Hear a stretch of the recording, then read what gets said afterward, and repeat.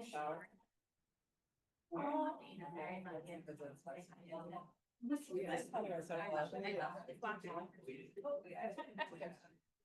this was my son's, in our school, we always. Hey, sorry for the delay. It is 6:44, and I'd like to welcome everybody. I do apologize that we had to start a little late this evening. There were some technical issues with DOE Zoom, so we had to send an alternate email address out, set it up. So I apologize for the delay. But we are good to go now. Hopefully people will be joining the room. For the other CEC members, if you're on your computers, you should have it in your email, the Zoom link. And if you can go on, it would be great to have other people letting people into the meetings. I'm going to start off. Aaron's not here, so I'll take the roll call to make sure that we have quorum. Allison Bowen. Allison Bowen is present. Gloria Chu. Gloria Chu is present. Daniela Egoroff. Here. Daniela Egoroff is present. Gavin Healy. Gavin Healy is not present. Aaron Carr is excused for this evening. Cody Lindquist. Here. Cody Lindquist is here. Sam Lowe. Here. Sam Lowe is here. Tal Mizell Shea. Tal Mizell Shea is here. Rustam Mavlanov. Here. Rustam Mavlanov is here. Tam Reed. Tam Reed is here. Sabina Serenise is excused. She had a family emergency. And Craig Slutskin is here. So that's 1, 2, 3, 4, 5, 6, 7, 8, 9 present, 1 absent, 2 excused. And then I'm also going to, and I'll introduce them in a moment. I'll tell you who they are. Rachel Kenny. Rachel Kenny is here. Ethan Kwok. Here. Ethan is here as well. So I'd like to, the translators, do you want to come up and make your announcements? In the back, the translators? Yes. Can we also have the Spanish? Thank you.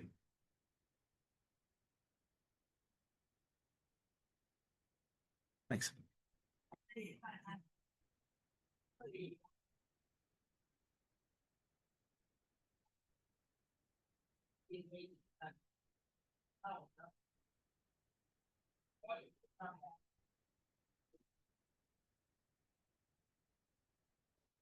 Se necesita interpretación en español, en la parte de atrás pueden ir, recoger un dispositivo, cuando se termine el evento, se le agradecerá que lo regrese allá atrás. Gracias. Thank you both. And Cody and Tam, to the extent that you can also watch the waiting room, also that would be helpful to me. I'd like to start off the meeting by asking for civility, as I always do, to one and respect towards each other. We should always show respect when other members are speaking, other people are speaking. This goes both ways, and I'm going to ask council members in the audience to respect and to listen to each other. I'll also ask members of the audience to let people be heard. Everyone has the right not only to speak, but to be heard. Please no heckling, please no profanity. We have students here tonight. We probably have some students listening at home as well. I will remind the audience that our bylaws state that discussion and charges relating to the confidence or personal conduct of individuals can be ruled out of order. We don't have to agree with each other. You don't even have to listen to each other at the end of the day, but everybody does have the right to speak on their mind on issues that are important to them. I'm also going to ask that the chat remain respectful as well. We're going to start this evening by introducing our 2 newest members, and they are our student representatives, Rachel and Ethan. As a reminder to everybody, each CEC has up to 2 student representatives, high school seniors from the district who have had leadership roles in student organizations. So I want to welcome both Rachel and Ethan. I'm going to let them introduce themselves and tell us a little bit about themselves. But before I do, I would like to express on behalf of the entire council a very happy birthday to our newest member, Rachel.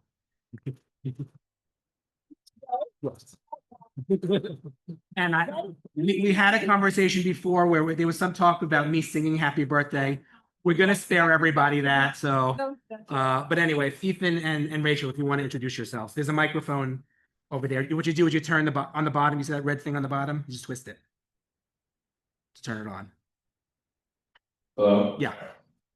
Hello, everybody. My name is Ethan Kwok. I go to Stuyvesant High School. I'm excited to be here. Excited to learn from the panel, from the audience, hopefully bring my insights as a student in the public school community and as a leader. Hi, I'm Rachel. Is that better? Sure. Hi, I'm Rachel. I'm a student here at Clinton. And I'm also very excited to be serving this council with everybody here. Thank you both. Thank you both. Okay, so the next thing on the agenda is the election of the treasurer. At the last meeting, we were not able to elect a treasurer. We did elect the other three officers, president, vice president, and recording secretary. So it passes along to this meeting. I will read the official script for elections.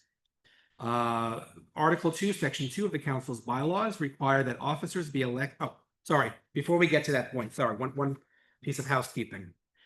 For our newer council members, I want to clarify that under the way that CECs are structured, the 12 of us, the 12 elected and borough president appointed members, are the official voting members of the council. However, CEC2 does have a long-standing tradition of allowing our student representatives to register a vote if they wish, so that their voices can be heard. While these votes do not count towards the official tally, giving the students the opportunity to go on record reflects our commitment to listening to them and valuing their perspectives. Is everybody okay with continuing this tradition? Any objection or anybody want to discuss? Okay, good. So we'll do that. We're not going to make you vote in officer elections. We won't put you in that spot, but we will allow you to vote on other issues. Okay. So now we'll go on to the treasurer. So Article 2, Section 2 of the council's bylaws require that officers be elected by a roll call vote at the annual meeting or subsequent meetings. To be elected, a candidate must have at least 7 votes. Officers remain in their position until their successors have been elected, but we don't have an incumbent treasurer right now. So let me go to the next page. To elect a treasurer, we will vote upon the position before moving on to the next position, if there was any, so that any candidate not elected can run for others. That doesn't really apply here. I'm going to take nominations for the position of treasurer. Does anybody want to nominate others, or themselves, as members can nominate themselves? Oh. Okay, so Rustam Mavlanov nominates himself for treasurer. Are there any other nominations? Okay, so you have, if you would like, you can make a 2-minute speech. Do you wish? Or you did last time, but you're welcome to do it again. Turn it on. Right here. Well, doing some students, finance, working grants, budgets, all this stuff. So that's it. Thank you so much. Okay. So, members can abstain from voting. So the vote is either for Russ or to abstain. And again, Russ needs 7 votes to be elected. Okay. If the position remains unfilled over 2 or more rounds of voting, there is no incumbent, but we'll have a new election for the unfilled position at the next meeting. Okay. Allison Bowen, Russ. Gloria Chu. Russ. Gloria Chu, Russ. Danielle Egoroff. Russ. Daniela Egoroff, Russ. Gavin Healy is not here. Aaron is not here. Cody Lindquist. Russ. Cody Lindquist, Russ. Sam Lowe. Russ. Sam Lowe, Russ. Tal Mizell Shea. Russ. Rustam Mavlanov. Russ. Rustam Mavlanov, Russ. Tam Reed. Right. Tam Reed votes for Russ. Sabina's not here. Craig Slutskin votes for Russ. So it is 1, 2, 3, 4, 5, 6, 7, 8, 9. 9 for Russ, no abstentions. So congratulations to Russ. You are the new treasurer. Congratulations. Thank you.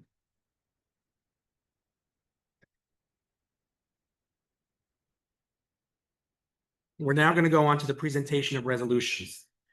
Before we begin, Resolution 287 needs to formally be placed on the agenda, and let me explain why. Per our bylaws, resolutions must be added to the agenda more than 3 working days, which I take as business days, before the meeting. That would be, for a Wednesday meeting, that would be Friday at 6:30. Resolution 287 was submitted a few hours past that deadline. The procedure in such cases is to confirm that the resolution was disseminated to all council members prior to the meeting, which was via email on Friday evening, went out to the entire population on our mailing list, and then take a vote to place it on the agenda.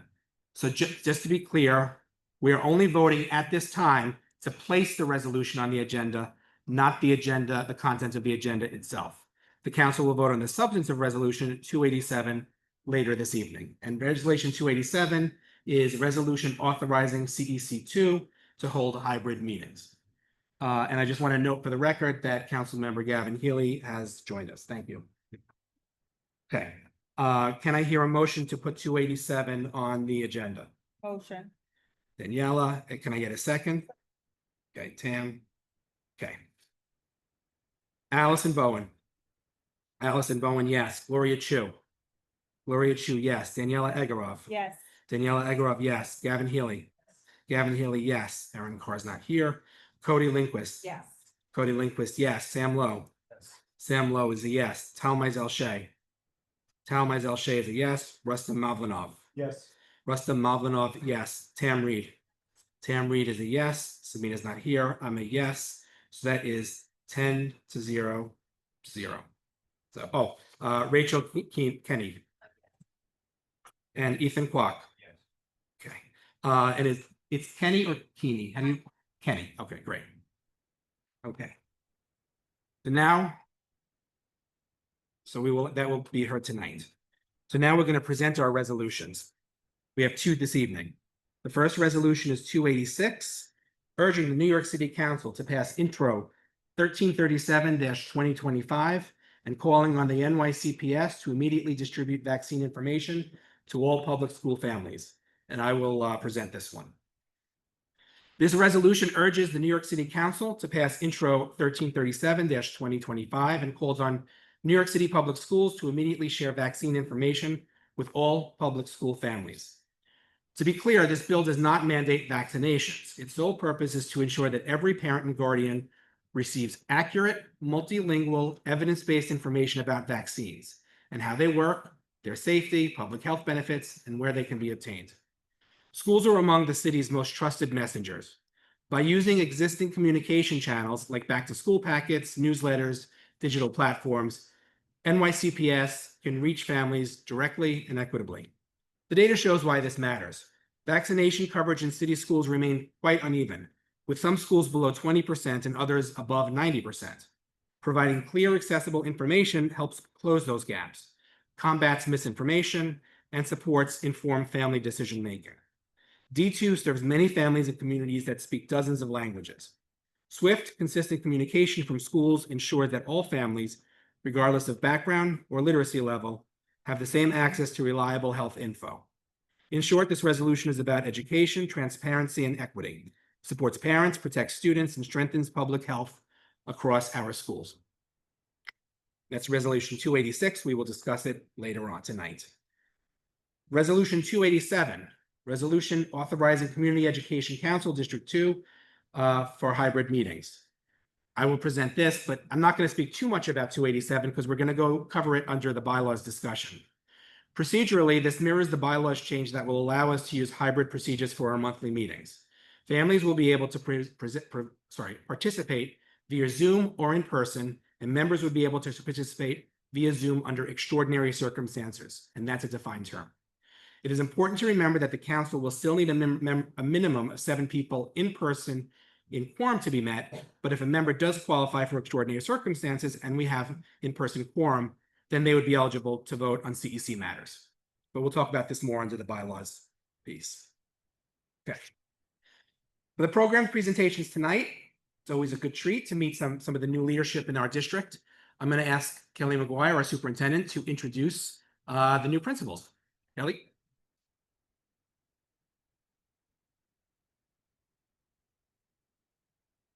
Good evening, everybody. Thanks so much for having me, council, and for giving us the opportunity to introduce 3 new principals who are joined our district this year. Each of them comes with their own unique story and background and connection to the communities in which they are working. And so I'd like to invite them up, ask them to just tell you a little bit about who they are and their priorities in their new leadership position. We're very thankful to have these folks join us. So I think we'll start with Principal Rachel Rosenbaum from PS2.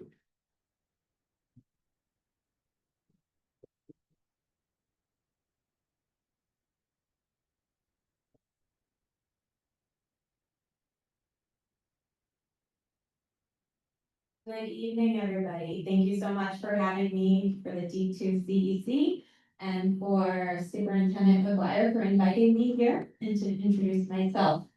It's great to be here. A little bit about me.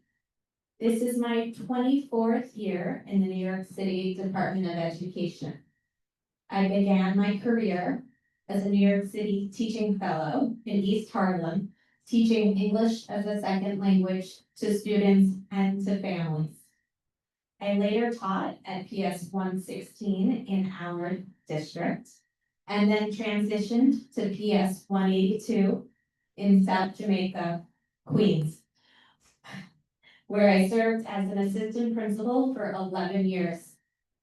Most recently, I was an assistant principal at PS 340 in Chelsea for 4 years before joining the PS2 community as interim acting principal. Through these experiences, I've learned that every school community is unique, each with its own strengths, challenges, and stories. Along the way, I've developed 3 core values that guide me as a leader.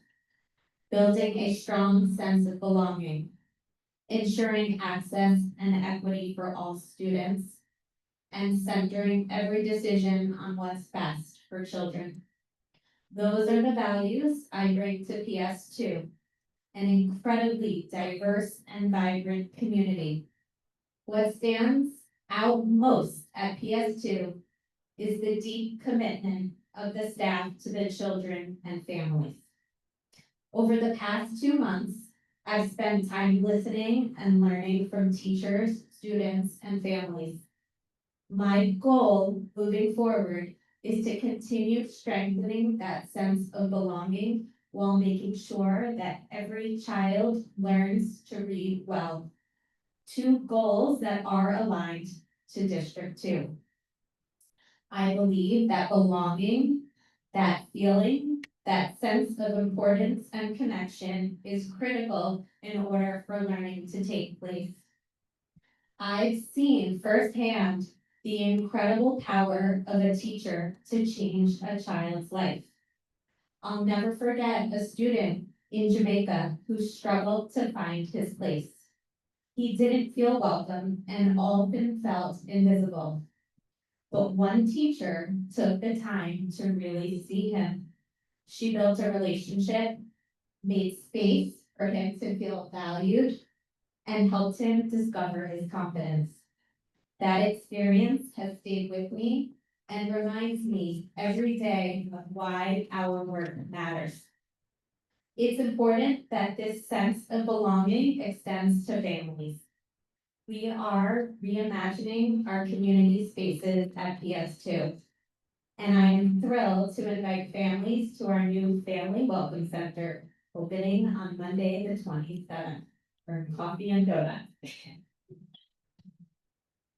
This is a space to hold family workshops, PA meetings, formal and informal gatherings. We're also thinking deeply about how we communicate with families, making sure every voice is heard and every family feels connected. One way to do that is to welcome families into the building for in-person events and meetings. In a just short 2 months, our parent attendance has significantly increased since the move to in-person opportunities. We've also moved to outdoor arrivals so families and students can connect. I am truly excited for what's ahead for PS2. Together, we have the opportunity to put PS2 on the map and build a school community where every child feels seen, supported, and successful. Thank you. Thanks so much, Rachel.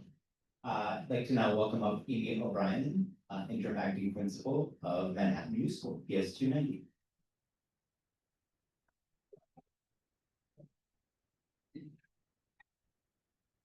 Good evening, everyone. Oh, that's me. And thank you for the opportunity of participating in tonight's meeting. And thank you to Superintendent Kelly, Deputy Superintendents Kelly and Reggie, and to my fellow principal colleagues. I am truly honored to be considered for the role as principal of Manhattan New School. It means a lot to me to lead a community that I am so invested in and care so deeply about. In many ways, I have literally and figuratively grown up alongside the students at M&S, having been a third grade teacher, a general education teacher, and a kindergarten ICT, a reading intervention teacher, and an assistant principal, all at PS 290. Needless to say, I have been an M&Ser for many years. It is really and truly my home away from home. Being the principal of a vibrant community is not a responsibility that I take lightly. At M&S, we are invested in providing rigorous, research-based instruction that allows access for all learners. We strive to do this in an environment that provides social and emotional support,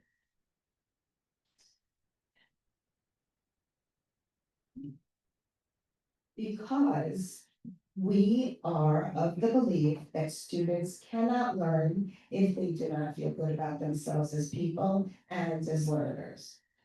When I became the interim acting principal this fall, consistency and transitioning the community smoothly and seamlessly was my first goal, so that our students and our families could return to our little schoolhouse feeling safe and secure.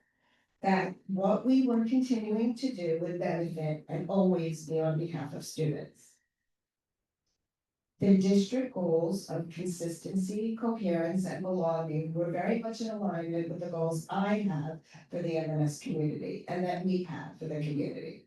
These goals led me to think about connections, and connections come in many forms with varied definitions. The connections we make with our students, the connections we make with each other, the connections we make with families, and with the curriculum, connecting content for all students. At M&S, we also make connection with our work around social emotional learning and our work with the responsive classroom approach. An important and integral part of the responsive classroom is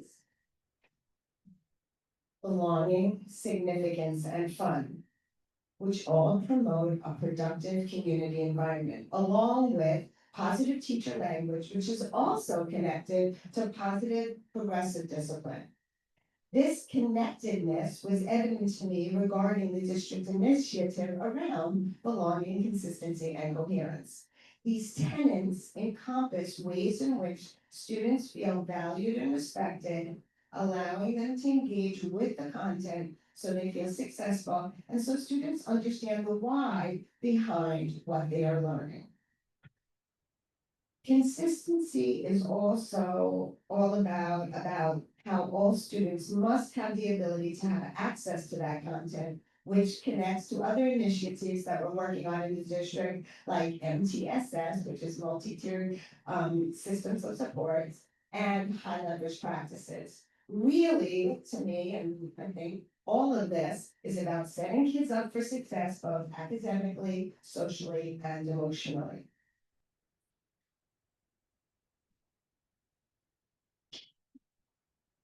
Right now, page turning, sorry. I really am very excited about the future of our incredible community. The assistant principal and I have been conducting evaluation walkthroughs through classrooms, and the teachers have been visiting each other's classrooms through intervisitations. By supporting and lifting up teacher practices, we are supporting growth in student outcomes, which isn't that the ultimate goal? Through our art program, which is really exciting, we recently had the distinct pleasure of our students being recognized at the Dear New York exhibit in Grand Central Terminal, which highlighted their photo essays based on writer and photographer Brandon Stanson's work, Humans Up New York. I don't know if people are familiar with that. It's really wonderful. And the kids were excited and the parents were there. It was really just to highlight and just to see our students work alongside the work of other students in New York City. It was really it was so uplifting and just really incredible. Although the beginning of this year has been quite a whirlwind. Each day when I walk through the big red doors to our school and I see and talk to our students, it renews and restores my faith in humanity. I never lose sight of how important what we are doing is, that what we do, our shared values and vision for our community impact students. We share with the students to strive towards being their best selves. I try to do that every day as well in order to make a difference for our students. I think the year is off to a wonderful start. Thank you all so much. Thank you so much.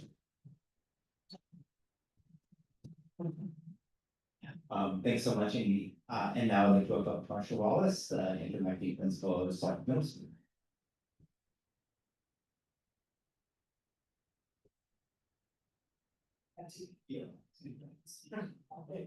Good evening, everyone. Thank you to the CECD2. There's always a lot of, acronyms up here today, so. Thank you so much for the opportunity to speak tonight. My name is Marsha Wallace, and I am very honored to serve as the interim acting principal at the Salk School of Science. I've been an educator for 31 years. I look at tell the kids that all the time. And for 21 years, I've been pleased to be at the Salk School of Science. I actually immigrated here in 2001 as an international teacher. And I started off at a high school in the Bronx. And I'll be honest, it's when I was at the high school, I realized that my love was middle school. I had taught middle school back in Trinidad, and then I realized that high school wasn't for me. And then I ended up at junior high school 56, which no longer exists, but it was in District 9. And that was the place where I was like, yes, I have found my place here in New York City. It's the middle school.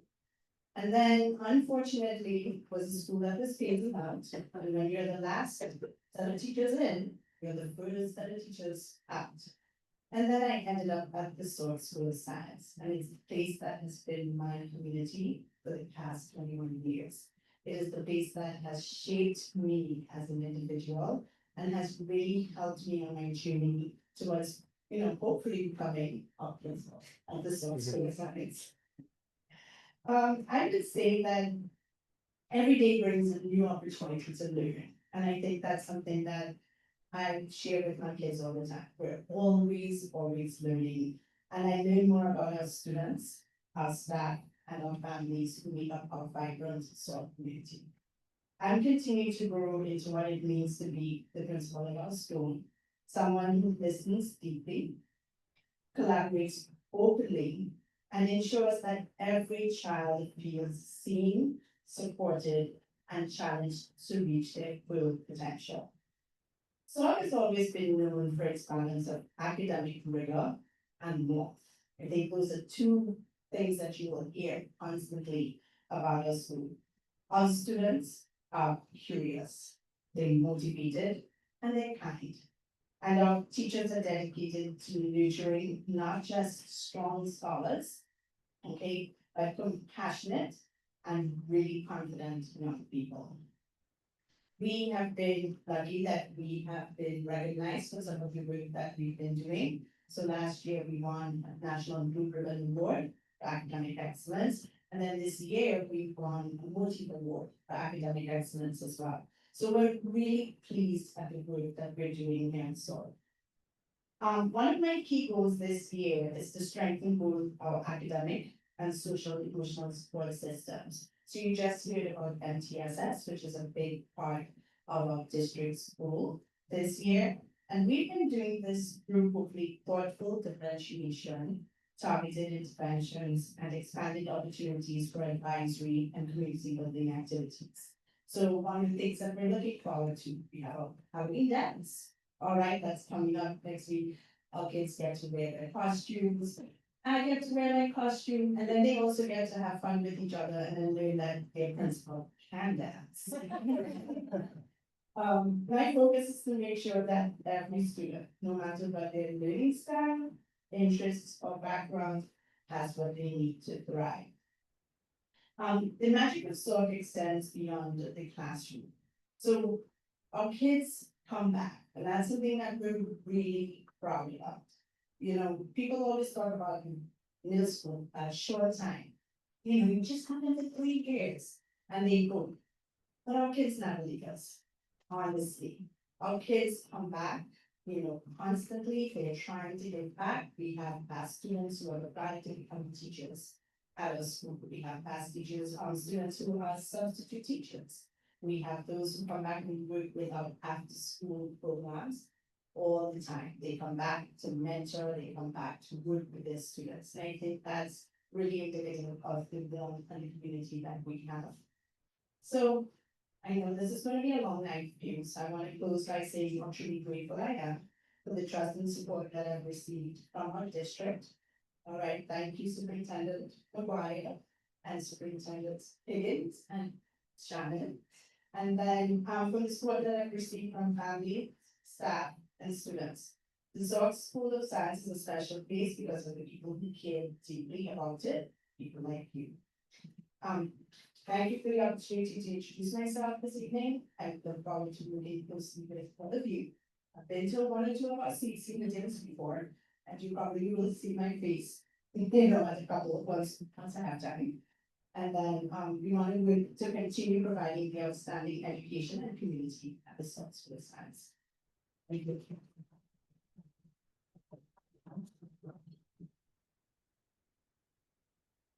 Thanks so much, Marcia, Amy, and Rachel.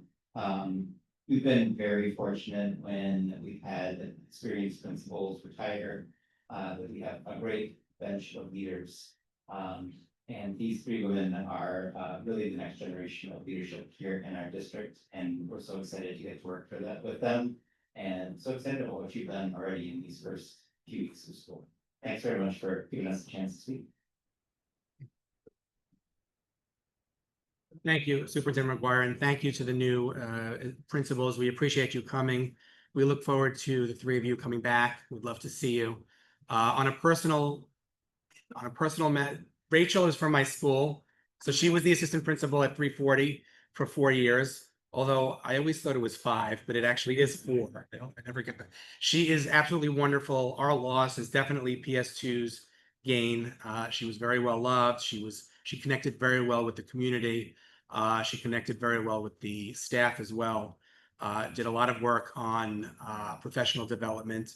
Didn't always see her all of the professional development work from the families because the teachers always saw that. So she was sort of a, you know, in that way, in that respect, a hidden gem.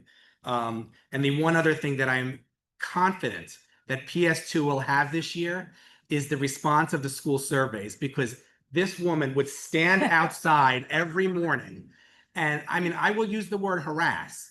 She would harass parents to fill out the survey. And what were we last year, Rachel? 80-ish%, which is probably one of the best, I'm guessing, in the district. So I have no doubt that PS2 will be at least 80%, and PS 340 will probably be significantly lower because we don't have Rachel anymore. But we miss you already. Your absence is felt. So, but good luck, and we appreciate you coming tonight. Thank you. And she's a District 2 parent as well. She's also a District 2 parent. Okay. Next is the first public speaker session. Each person, when we call your name, we'll ask you to come up. We'll use that mic over there. Victor will. We're down to 5. Okay. Each person will get 2 minutes. Cody, could you do me a favor and be the timer tonight? Thank you. So Cody's going to time everybody 2 minutes. We'll give you a little bit of a warning.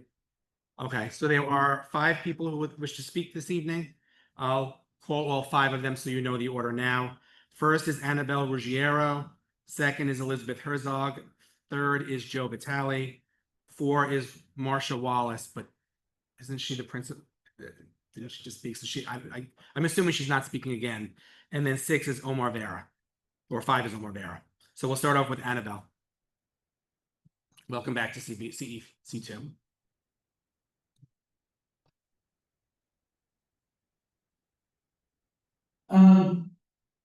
Whoa. That's way too loud. So last month, I think it was said that the new proposed Article 9 is gonna be removed from the proposed bylaws. However, that still seems to be in the bylaws that are currently posted on the website for being voted for today. I think it's worth noting that that is one of the most problematic parts of the proposed bylaws, as well. It effectively gives a single person control over how discussion occurs on the board. It gives a single person the ability to squash dissent. That's not really appropriate for a democratic forum. Okay, next is Elizabeth Herzog.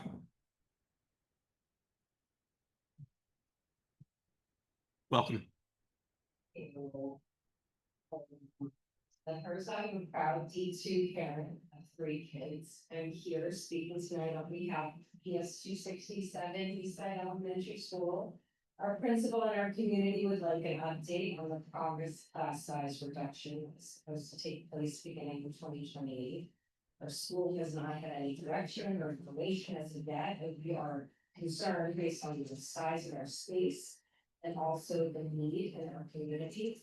We want to know what the plan is, also to state quite clearly, we have an absolutely incredible community and school. And we wanted to be able to continue to thrive and grow. Thank you. Thank you. Joe.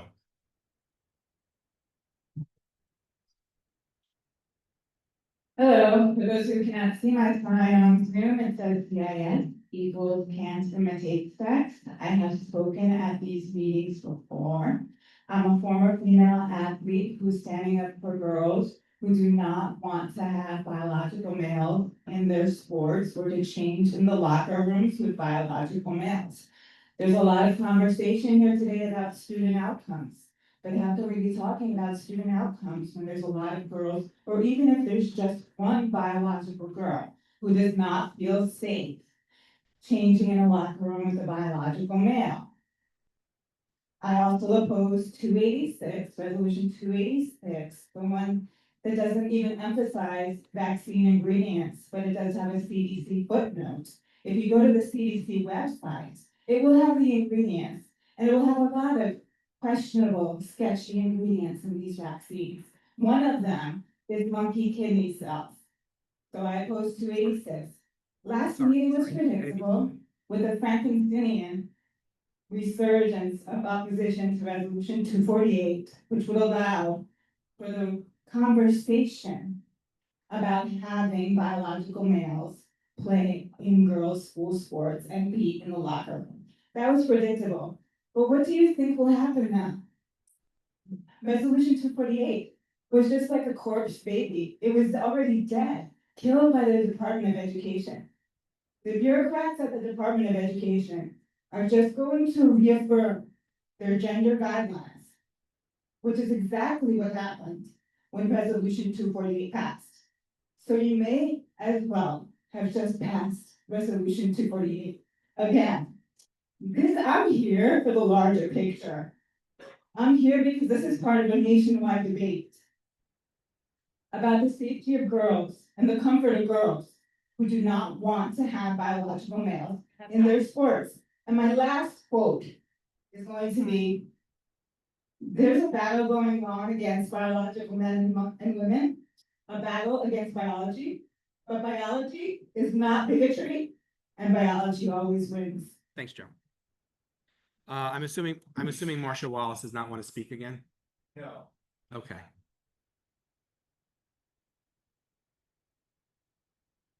She wants to speak. Okay, yeah, sorry, okay. Omar Vera. And then we do have one more person after this.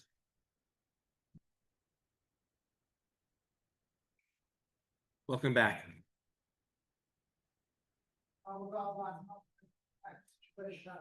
But I missed the big vote Go ahead. big vote that rescinded the bigotry. That was resolution 248. Thank you all. Right. How you doing, Cody? So yes, thank you so much for finally taking the time to actually like do the right thing and get rid of the bigoted, resolution, but the battle for quality education, for quality of life continues. Especially in this current, political environment. But like I said, thanks once again for rescinding that god awful resolution. Hopefully it'll never come again. And be sure to vote in the, upcoming elections. And moving forward. Anyway, thanks and, have a good night. Thank you. Robin Lamb. Welcome back. Hey, I'm Robert Lamb and I'm on the SLT at 75 Morton. So I'm just gonna do a quick recap of how we got to where Morton is today. So in the fall of 2018, the school opened. And over the first 2 years, we grew to over 800 students across 3 classes. The next 3 years were really devastating for our school. We had COVID that pushed families out of the city and out of the public school system. We lost our principal, she retired. Our second principal didn't work out, so we had to bring in a third principal, our third 3 years. That created a lot of unrest and just friction in the community, which manifested in some of the things that you read about when you Google 75 Morton, which is really unfortunate. Also, our city opened shelters in our zone, and we accepted all of those students into our school, which is what we do. We added resources for the Spanish-speaking students, and they've been a great part of our community. But these falling enrollment meant that we had budget cuts, and budget cuts are really difficult. So what we had to do over the past 3 years is, one, we've got a new leader. She's wonderful, she's a great principal, and she's really unified our teachers and our parents and our students in the community and mobilized us in a positive way. We've got a lot of engaged parents right now. We've been focusing on our kids, making sure that they have a good experience, even though we're losing teachers and losing resources. We've done that. We've rebuilt the foundation of our school. We've added new programs. We have an accelerated math track. We have a screened program. We've got ENL and bilingual capabilities. We have sets, both standalone and integrated. We can support 504s. We've got 1211s or 12-1 programs as well. So this year, after having been focused on ourselves, we've now started to focus externally. We're reaching out to the community. We've been invited into the local public schools to talk about Morton, to dispel some of the dated, negative, and frankly unreal, inaccurate views that exist out there about our school. You could wrap up. And what you're gonna see is a record number of applicants for Morton this fall. And so my ask of all of you is that when that happens, you don't cap our screening class at just 1 class. If we have ICT students wanting to be in the screening program, you add an ICT screening program. And everybody who wants to be in the school, even if we need 2 12-1 programs per grade, we have those. Just give us those resources and we will grow our school. Thank you. Thank you. Thank you. That concludes our first public speaker session.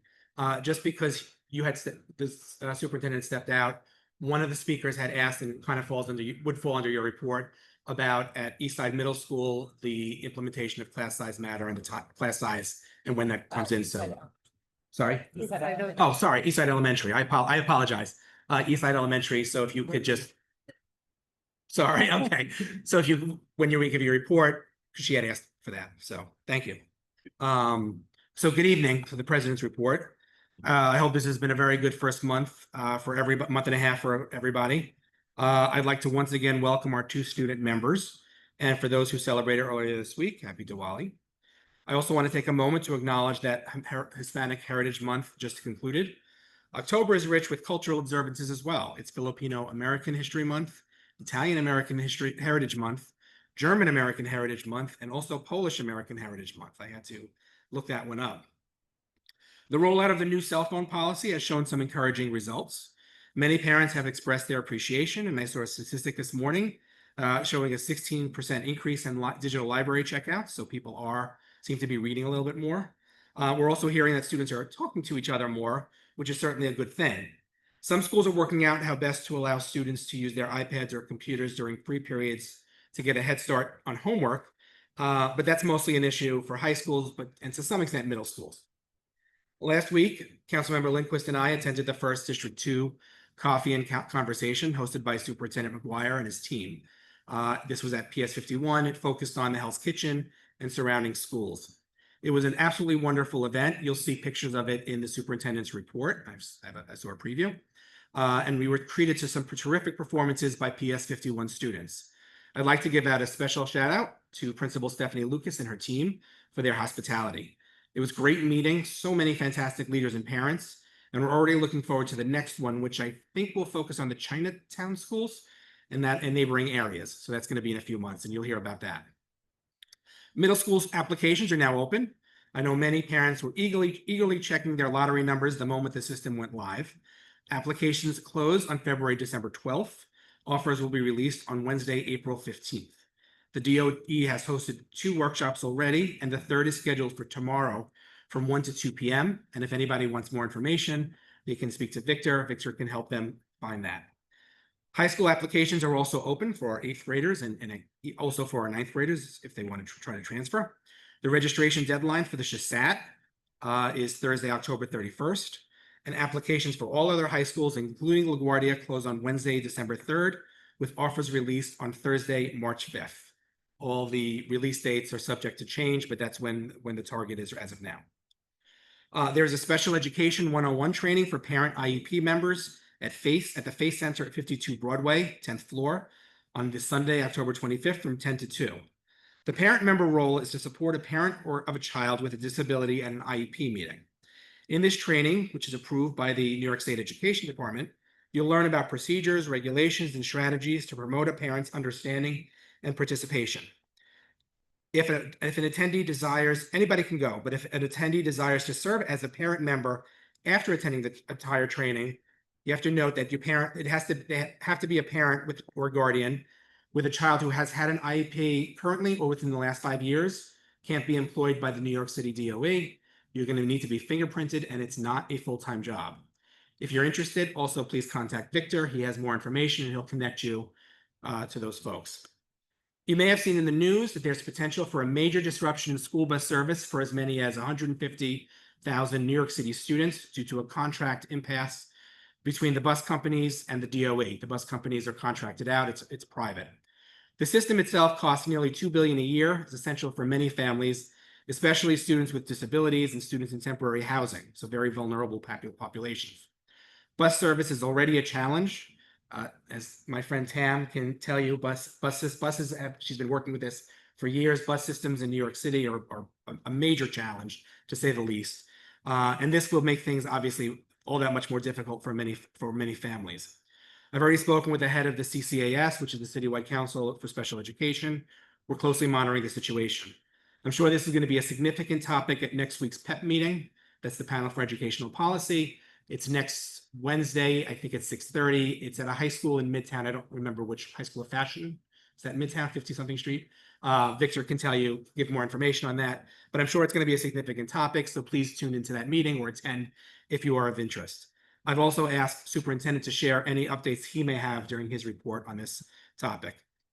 Regarding 75 Morton and Salk, as Superintendent McGuire has said in the past, and I think he'll say again tonight, the process has been paused while we gather more information, hear from families, and frankly, see how things take shape under a new administration. So I don't think there's really an update right now, and we do hear your words. We do absolutely hear your words. From an administrative standpoint, we expect to move our meetings to Tweed, which is where the DOE's headquarters are, starting next month. It was a very tiresome process to do this. I do want to thank Deputy Chancellor Kevin Moran for helping us with that. For a whole bunch of reasons, logistically, it became difficult, but now it looks like it's going to happen. I think it's a good location. I think it's very good with sound. And if we do go to hybrid, I think it's actually a much better setup than most of our schools will be for hybrid. And hopefully we'll get to that. We'll start that next month. And with that, I'm going to turn it over to Superintendent McGuire for his report. And I'm going to share the presentation with the folks at home on my screen.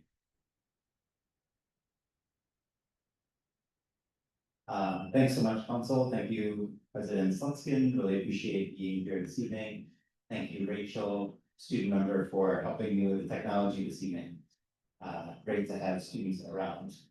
Before I get into the report, I will just quickly address the issues around the class size reduction state laws that are lowering our class sizes by the 28-29 school year.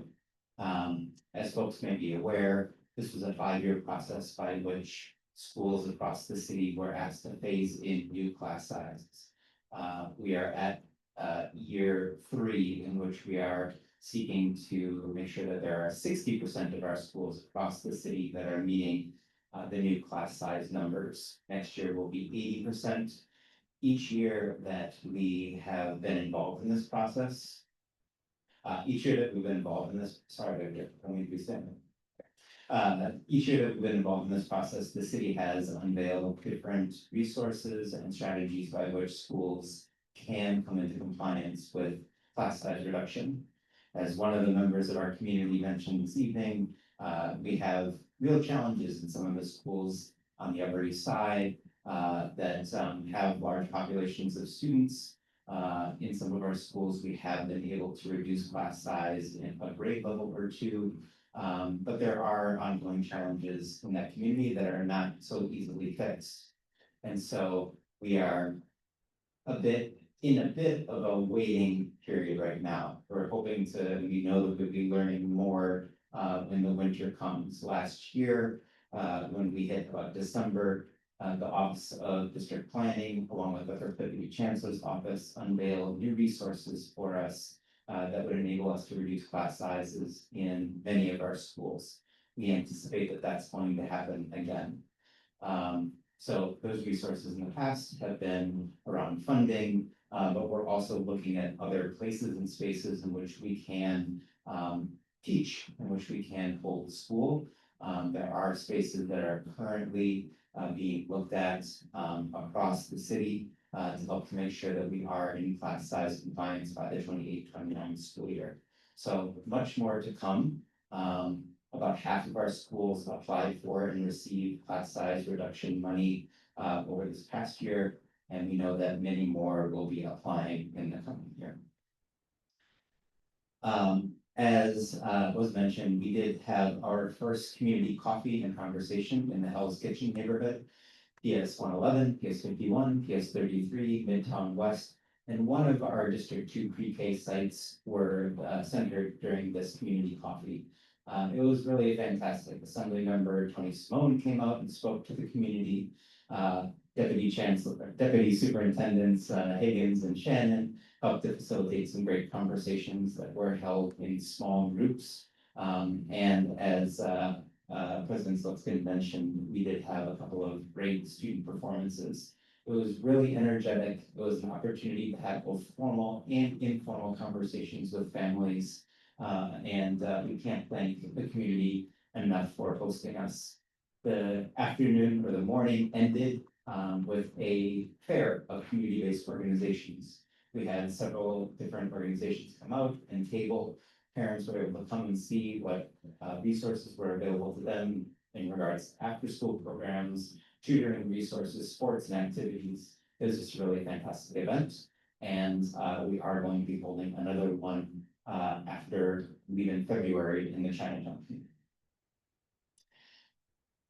As a part of the community coffee, I did share a little bit of information in regard to our district, as well as the Hell's Kitchen neighborhood, the schools that were represented.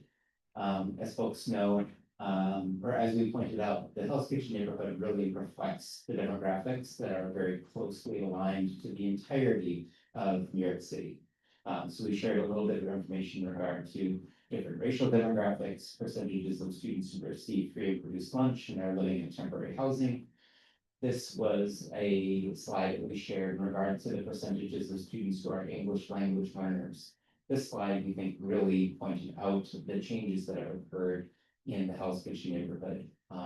As one of our community members pointed out, 75 Morton is the zoned middle school for many of the shelters that are in the Hell's Kitchen and West Side of our district. And the schools that are represented here are the elementary schools that are zoned for many of the shelters, many of which are now closed. But you can see the percentages of students who are English language learners really grow over the past few years. One thing that is that we will point out is that PS 51 is the school that is the zone school for the Row Hotel. So we see their percentage of English language learners continue to stay high. But as we've seen more of the shelters close, some of the other schools that were overflow schools or that were zone schools for some of the smaller shelters, their percentage of English language learners really has gone down. I just shared this slide because I think it just tells a interesting story about what has happened in that part of our district.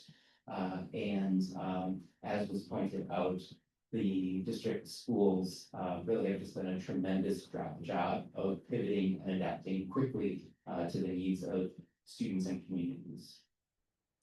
Also just pointed out that we have a small, beautiful program on West 57th Street that Dr. Higgins helps to lead along with one of our principals. Our District 2 pre-K centers are really a gem of the district. I want to share a few other updates in regard to our district. I mentioned that Ballet Tech, one of our really small schools, has been very popular for a long time. I was trying to make a joke about how I was caught on camera doing this thing, but obviously that's not me, that's a young girl. So I can't do anything like that, but they were at out lunch practicing. The reason why I bring this slide up is just that the Ballet Tech Foundation has leased space back to New York City Public Schools so that we can double the size of Ballet Tech, bringing it closer to 300 students that come from all across the district, all across the city. Construction is underway. Also want to point out the Dear New York, we have many schools across our district that participated in the Dear New York Faces of New York activity or exhibition that was held at Grand Central. I spoke today with our citywide leader of visual arts, who used to be my assistant principal, very proud of her. But she let me know how it is that students got involved in this project. She basically got very short notice and blasted out an email to all of the visual arts teachers in the city, in the district. And she got back submissions from around 25 of our schools.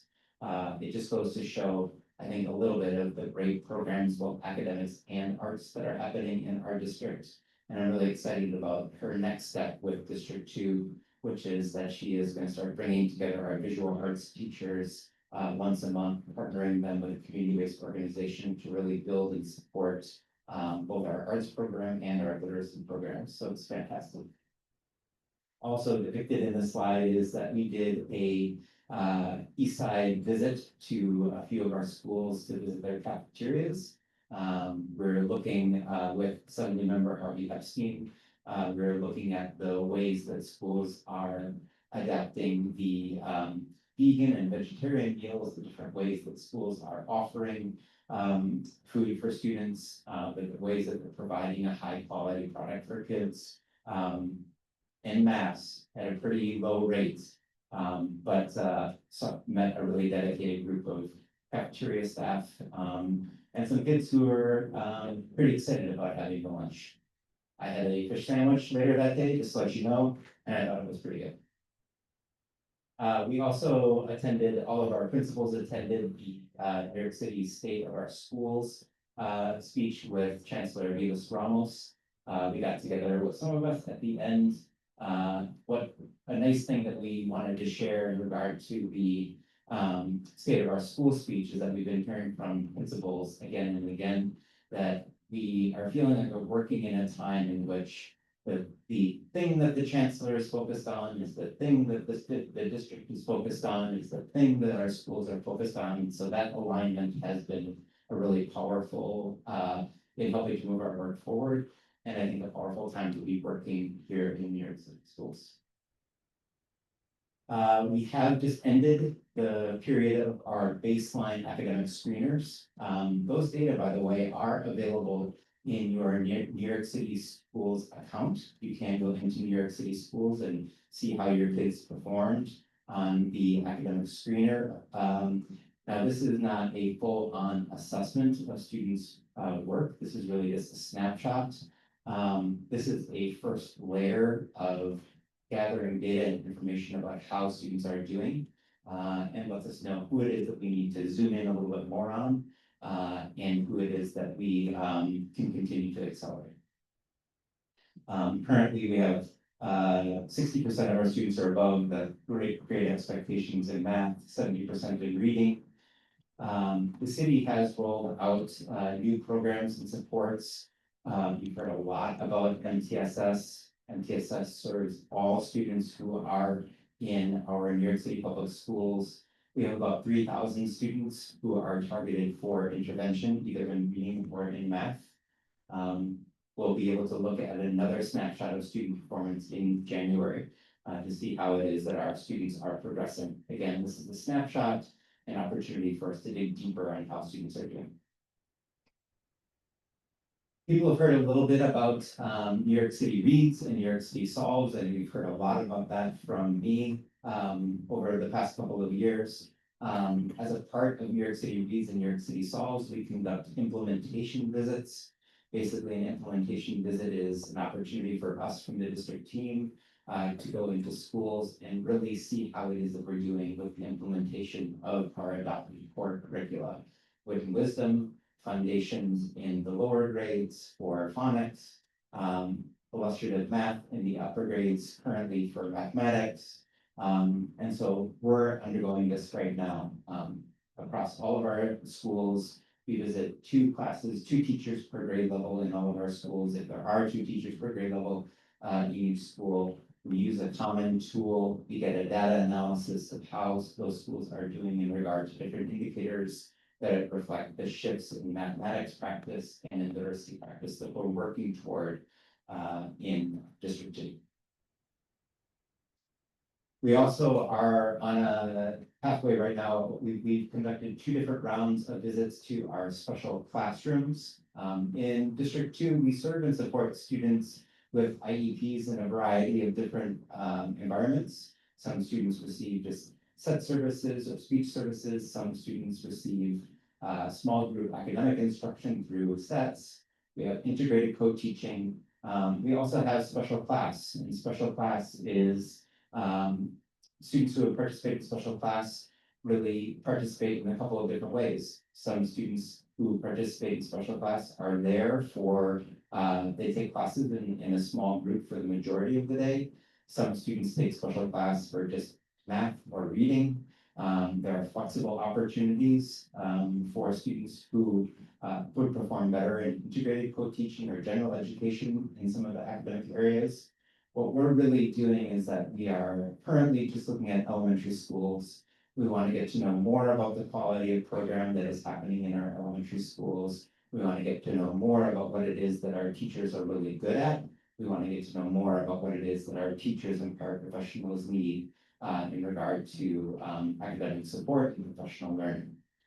So we are the deputy superintendents and I, along with a couple of folks who are instructional specialists in special education, are conducting these walkthroughs. We have 1 more day, and then we're going to be putting that together and putting together a professional learning plan, especially focused on special class in our districts. And this is just a couple of photos that we took. In special class, we're seeing different things like schedules that might look a little bit different for kids that are adapted to the needs of a diverse group of students. We're seeing systems and structures that the teachers are putting together to help to build independence for students. And of course, we're seeing students who are participating in all kinds of academic and arts activities. District 2 is a part of a new pilot program to support English language and multilingual learners here in the district. We've got 9 schools that are a part of that work. We are working through a curriculum that is produced by National Geographic. The curriculum that we're using is really centered on students who are currently learning English or currently learning another language, that they have come to our schools not yet proficient in English.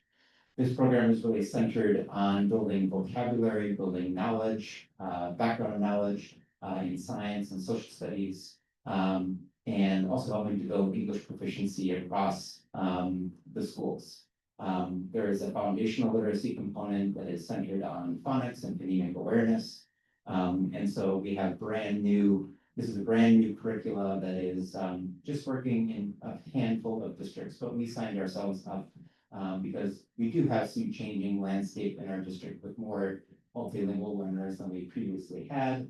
And we wanted to make sure that what programs we were using in pull-out standalone English language learner classes were strong and robust.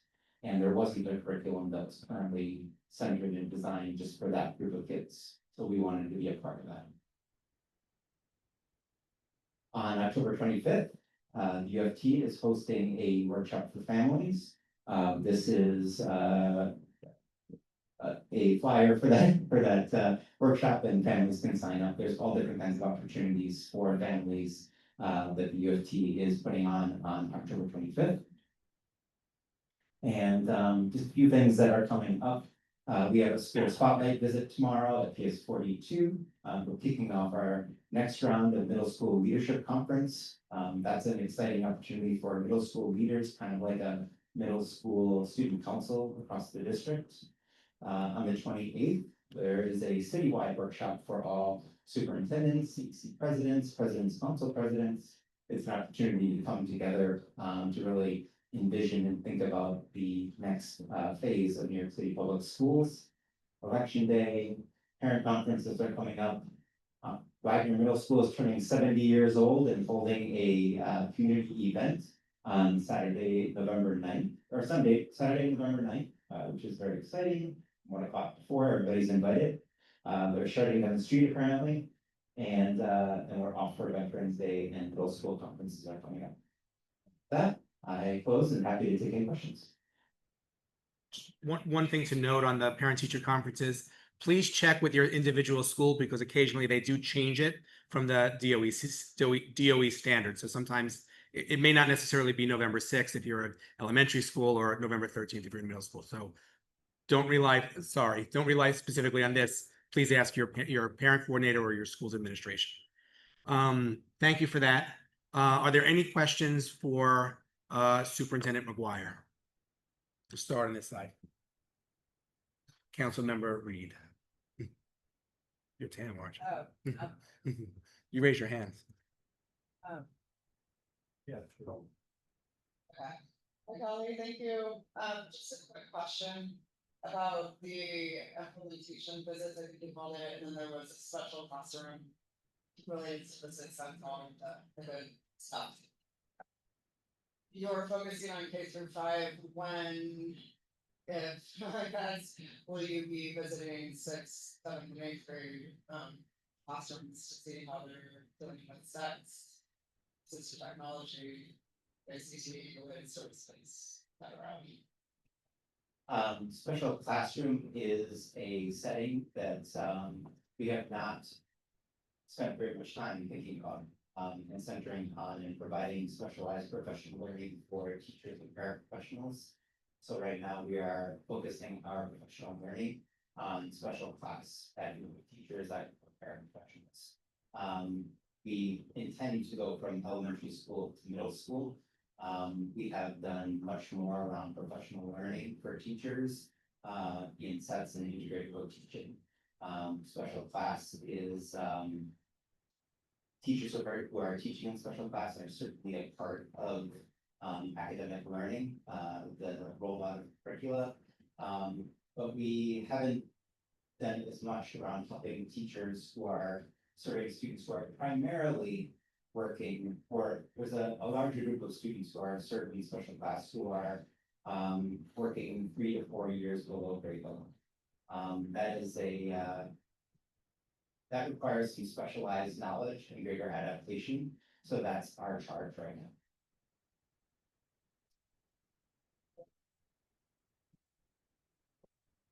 Allison. So I have to make this. Sorry. Thank you. Middle school lottery numbers. that came out last week. And so I've spent the last week hearing from a lot of parents who are sad, frustrated, angry, disappointed, going to a lot of other things that they have said to me. Usually I don't hear as much from the parents who are very happy because they are trying to step off and not share the good news with their friends who are not sure what their next move is. This is a perennial frustration for parents because they feel like it's a little bit of draw that determines their children's next 3 years. And I know that some people will say that all of the middle schools in District 2 are good. I personally, I think a lot of parents feel like that's a cop-out answer. They may be good, but I think that saying that is just a poor response to cover up a frustrating admissions process. Because not all schools are objectively the same. And they're certainly not all subjectively the right school for your child.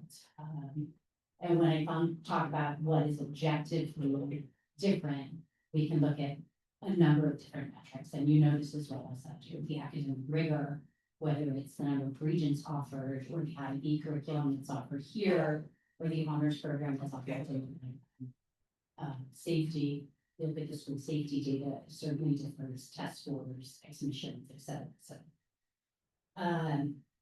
One of the frustrations that I feel like this is what's leading to a concrete question for you, as opposed to just my monologue, is that data from year to year is not released in terms of the percentage of the lottery number that is the lowest lottery number admitted in the regular admissions process to the most coveted middle schools. And we've talked about this before in terms of the middle schools that were previously screened that have the longest wait list when the admissions process is through. And those schools, for those of you who don't know, that were previously screened, that's currently where we are today. It's Lab Middle, it's East Side Middle, and it's Salt. And I'm sorry that the principal's going over here for this conversation, but one of the things that would be very helpful for parents is to find out, okay, what was approximately for last year, even the last 2 years, if that's data that can be provided, was the cutoff number for a seat at Lab Middle, for example. Now, we have some crowdsourced data that's been circulated, but I think that parents would appreciate that, particularly in light of the fact that parents are also applying to Catholic schools or to private schools that have different deadlines for accepting admissions and writing checks. So what I wanted to ask you is, can you work with the Office of Enrollment and whoever you need to work with to provide some of that information for the next meeting for the seat classes at middle schools in our district, particularly the ones that have waiting lists?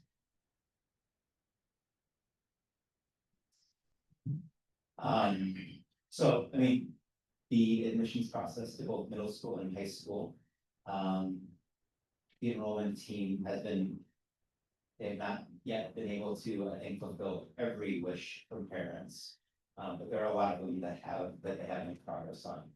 They have moved up the timeline by which parents learn about which school their child is admitted to, and they have produced more information publicly. I'm not sure whether or not that data is available to share. It is data that is only produced by the enrollment team, and they have full access over it. I also think it probably changes a lot from year to year, depending on the number of kids who are applying. But I recognize that having more information about the chances of getting into a school is helpful to parents. I will say that in the past couple of admission cycles, 93% of parents have gotten a school in their top 5, one of their top 5 schools on their list. And so those are very strong numbers. Now I know that there may be a chasm between your top choice and your 5th choice, but parents are making choices about what school is going to be best for them. And I think that the vast majority of parents are finding schools in their top 5 that they think are solid choices for their kids. We want to continue to expand those seats, like as soon as we start opening conversations again about district planning, about how it is that we're going to approach class size, about how it is that we're going to manage the process of getting to class size reduction in the particularly full school buildings. Then we're gonna be able to look at more options that we can access in order to expand the number of seats. But I will ask about that number for sure. That's what you wanted me to say. I should have said that. Take this the last 70 seconds, but I will ask about those numbers. I'm not sure what they can produce. I'm not sure what it is that they are ready to share, but there is no harm in asking.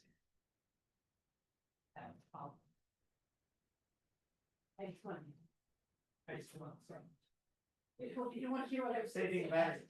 Yeah, you're saving that one, thanks. No.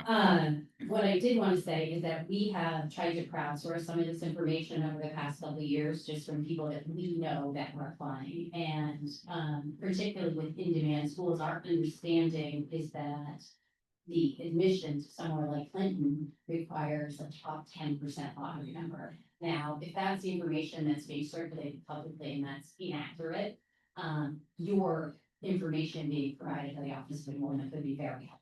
And obviously, we have some descending numbers from there, in terms of other schools. But when that's the information that's going around publicly, you and the Office of Enrollment can really help parents decide how to rank things. Now, the other part of this is when you say that 93% of parents get their top 5 choices, be very interested to see, like, how parents are really ranking things, because I think the other thing that parents don't understand is the way wait lists work.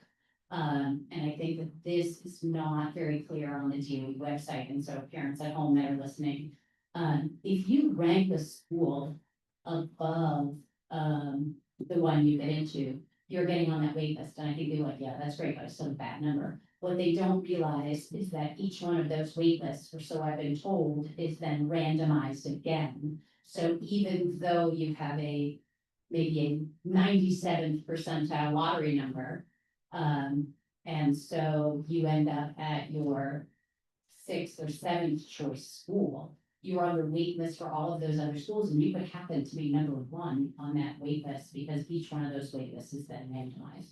And if parents don't understand that, then they think they don't have a shot at getting off a wait list for those schools, and so they put more of a safety school at the top of their list. And I see that happening, and so I think what parents get in terms of their number 1, 2, 3, 4, or 5, that data isn't as helpful in terms of guiding parents who are making decisions.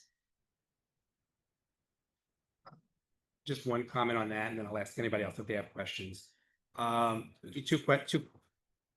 comment and one quick question. Just to confirm, and I think this is the case, superintendents do not have access to that data. It is housed at the Department of Enrollment. So there's a reason why you can't tell us tonight. It's not that you don't want to tell us. You actually do not have access to that data as of now. I just want to I just want to make sure people understand that's what. Yeah, I just want to make sure everyone understands. You're not just being coy, you just actually don't have that information. And then with the top 5, what I would think, and I don't have any evidence of this, is that a lot of people put their zone school in their top 5. So of course they're going to get in their top 5 because they're pretty much guaranteed for their zone school. So I'm not saying it's a bad thing having the zone, obviously having zone schools is a good thing, but being in the top 5 isn't necessarily indicative of the lottery working. It just also is that we have zone schools, which is a good thing in our district, right? I mean, just logically, I would think. Are there any other questions? Before I go to you, I want to see if anybody else has questions, because I want to make sure everyone has an opportunity. Any other? Okay. I have a comment on a different topic. Okay. I just want to congratulate on the decision to doubling ballot tab. This is my 5th year. I've never seen the DOE actually expand the school the parents want to go to. So I think that's what we should be doing across the district, expand the schools where parents want to send their kids to. And so thank God, we're finally listening to parents and expanding a school that is in high demand. Thank you. I just want to reiterate that, a lot of the middle schools are in high demand, but everybody's wish list is different, so I just wanna say, like, there are some schools are smaller and have smaller classes, so the wait lists might be higher because they get less students, but everybody has different needs and wants from middle school, so to make sure we're not disparaging any middle schools, they are truly all wonderful, as somebody who went and visited all of them last year when I was doing this process, so. Right. Okay, 1 second. Okay. Just want to make sure everybody else gets an opportunity. Thank you. Just on Valley Tech, I was there last year for their legislative breakfast. It's a hidden gem. Not everybody knows about it. For anybody that does not know about it, it's a grade 4 through grade 8 school. So you apply when you're in 3rd grade and you stay there till the end of junior high school. They have a unique partnership with a ballet company. I don't remember the name, but it's a foundation. Ballet Tech is actually Is the foundation. It's a wonderful, I know the principal there for many years, but even, from a previous life, she's absolutely wonderful. So I echo what Danielle had said. It's wonderful that they're doubling the size. They provide free door-to-door busing for theirs. Yeah, it's Van wonderful. service. Yeah, you have students going there it's not just a D2 school. No, It's in D2, but you have students from all over the city of Brooklyn and Queens. Are there any other, before we go to people who are for a second round, is there anybody who has not asked a question? Okay, so Tam and then Allison, and then we'll. I just wanted to second what Cody brought up about there being many ridiculously awesome middle schools, including more in districts, so we're very, very lucky. And it was so cool to hear from the principals today, from the interim principals, and just the vast, depth of knowledge and background and the way that they're serving students. I'm a little bit wary of the conversations that happen around official middle school admissions practices. Crowdsourcing isn't reliable. I wouldn't want to be, my decision to be informed that way. Looking at data that hasn't really data that we should, be leaning on that heavily. And also not forgetting about set asides for some responsibilities, set asides for RPL, set asides for other things at different middle schools.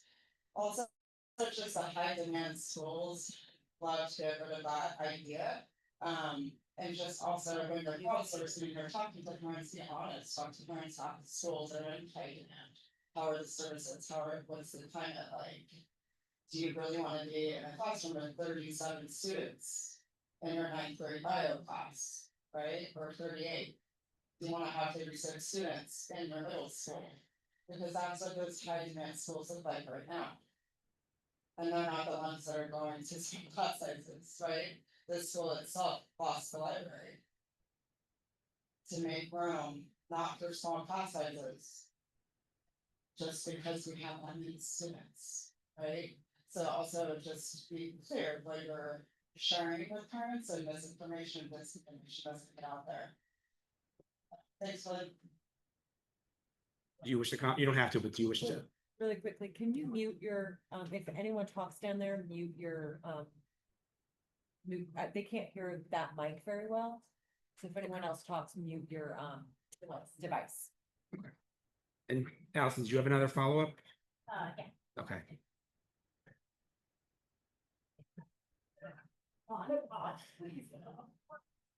You can hear me now.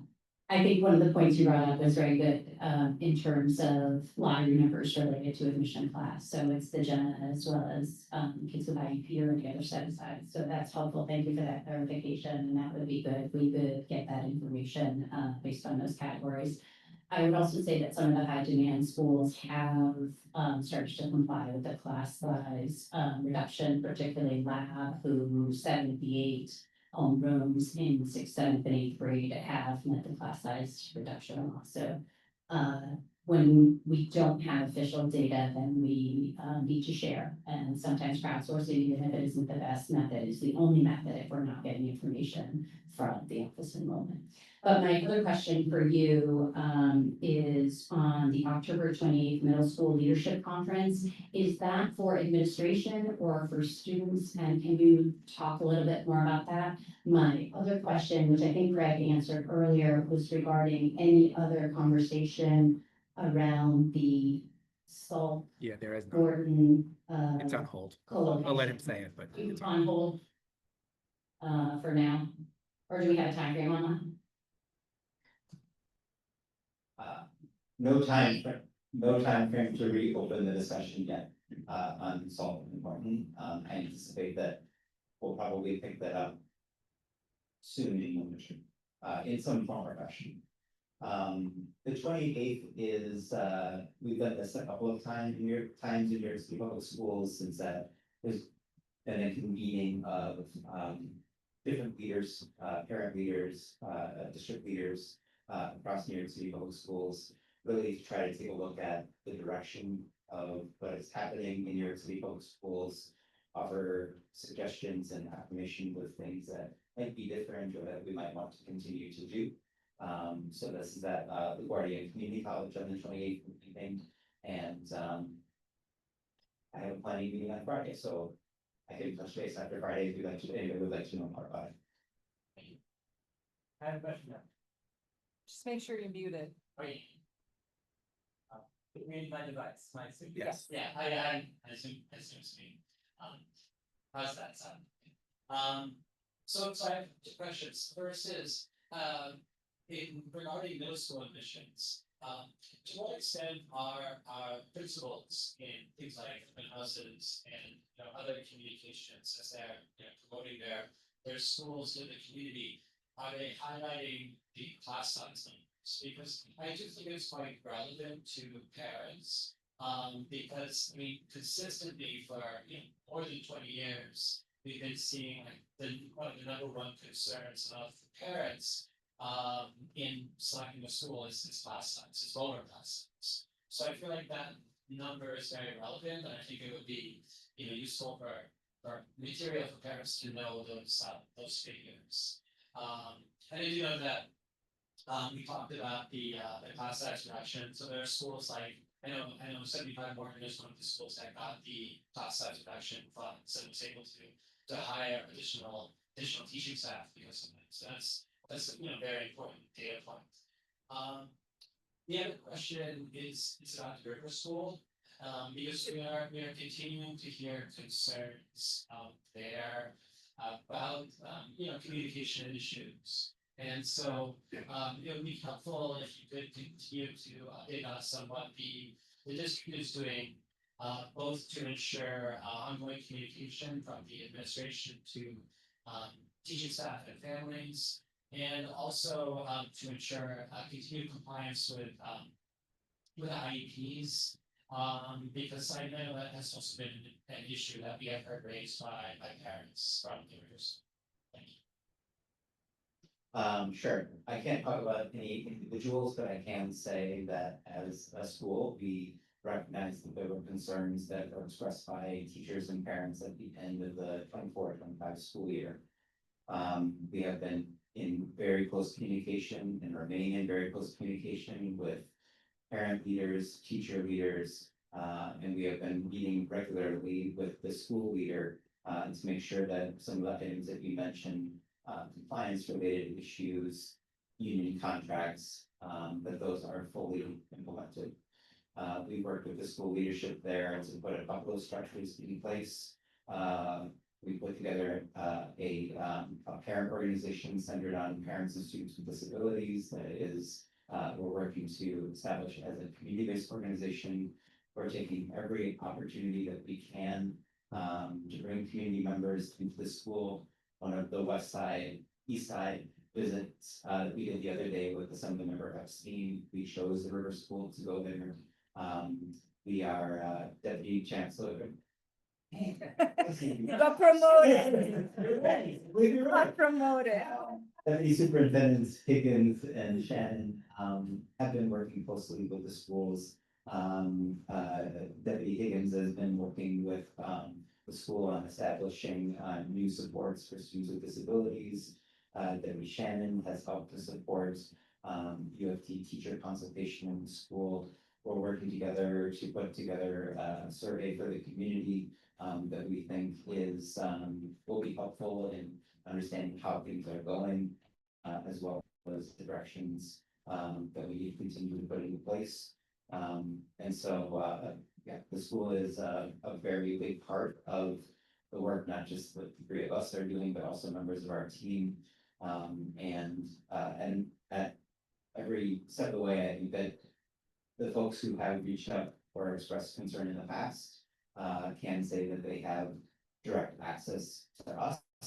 Our cell phone numbers, text, call, or in communication, but that's. Just one follow-up, I just would like to make sure that the special education committee, does include the special education coordinator and teachers.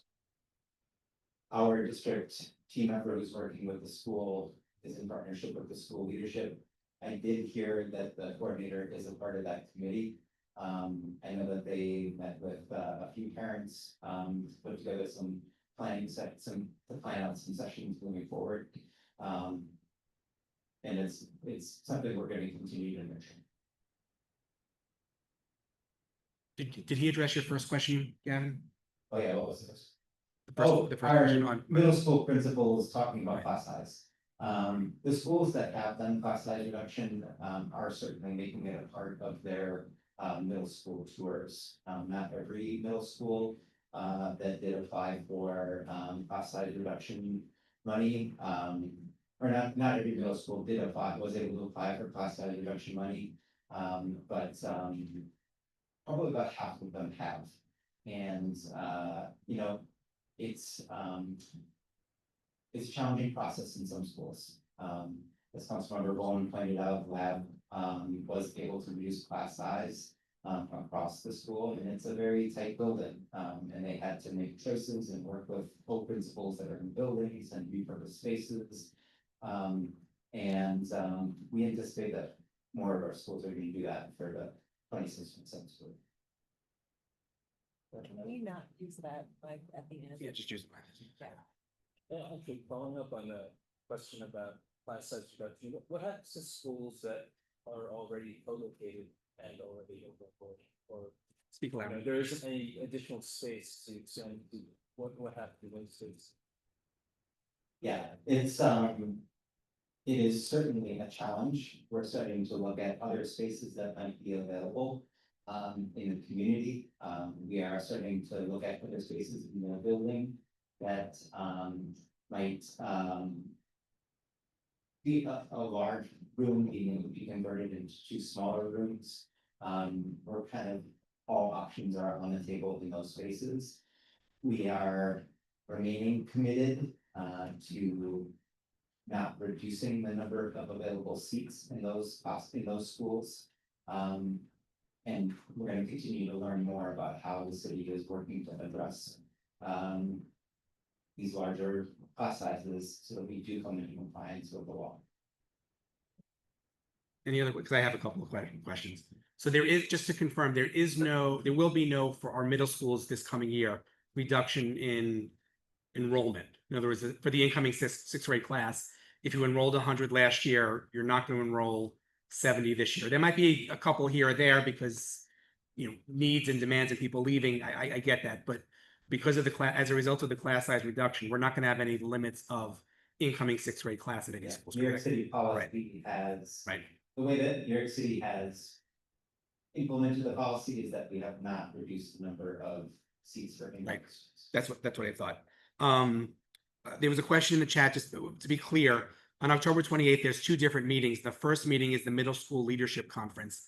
That meeting is just for administrators, right? The afternoon is what you were talking about, but the leadership conference is for kids. It's not for Yes. us. That's what. Sorry. Yeah. Middle school leadership conference is for students. Right. students are nominated by, every school, and they come together, but majority of them across the district. Right, so parents aren't, this is not something for parents to, I just wanted to make that clear because there was some confusion in the chat. Two other questions, one related to something one of the speakers spoke about is 75 Morton in terms of next year, this coming year's sixth grade class, the people that are applying now. What is being done to better market that school? Because to the speakers, and I don't want to speak to what the speaker said, but to what all of our knowledge is, there is a stigma from things that have happened, press release, whatever it is what it is, and it's there.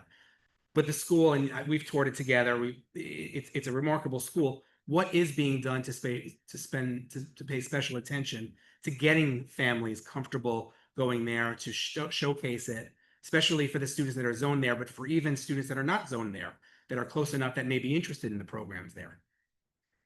Well, I know that the community is working hard to make sure that parents are aware of the experiences of students and families who have attended 75 Morton.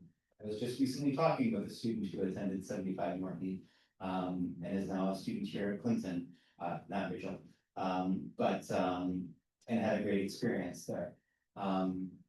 It has been great to see members of the 75 Morton community come out to different community events.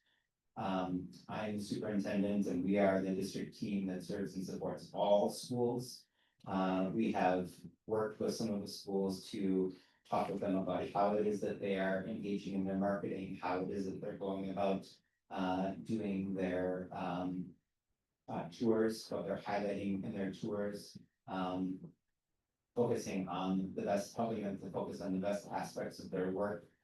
We've had people from our central team who are centered on that kind of work help to come out to our schools and support them with their marketing strategies.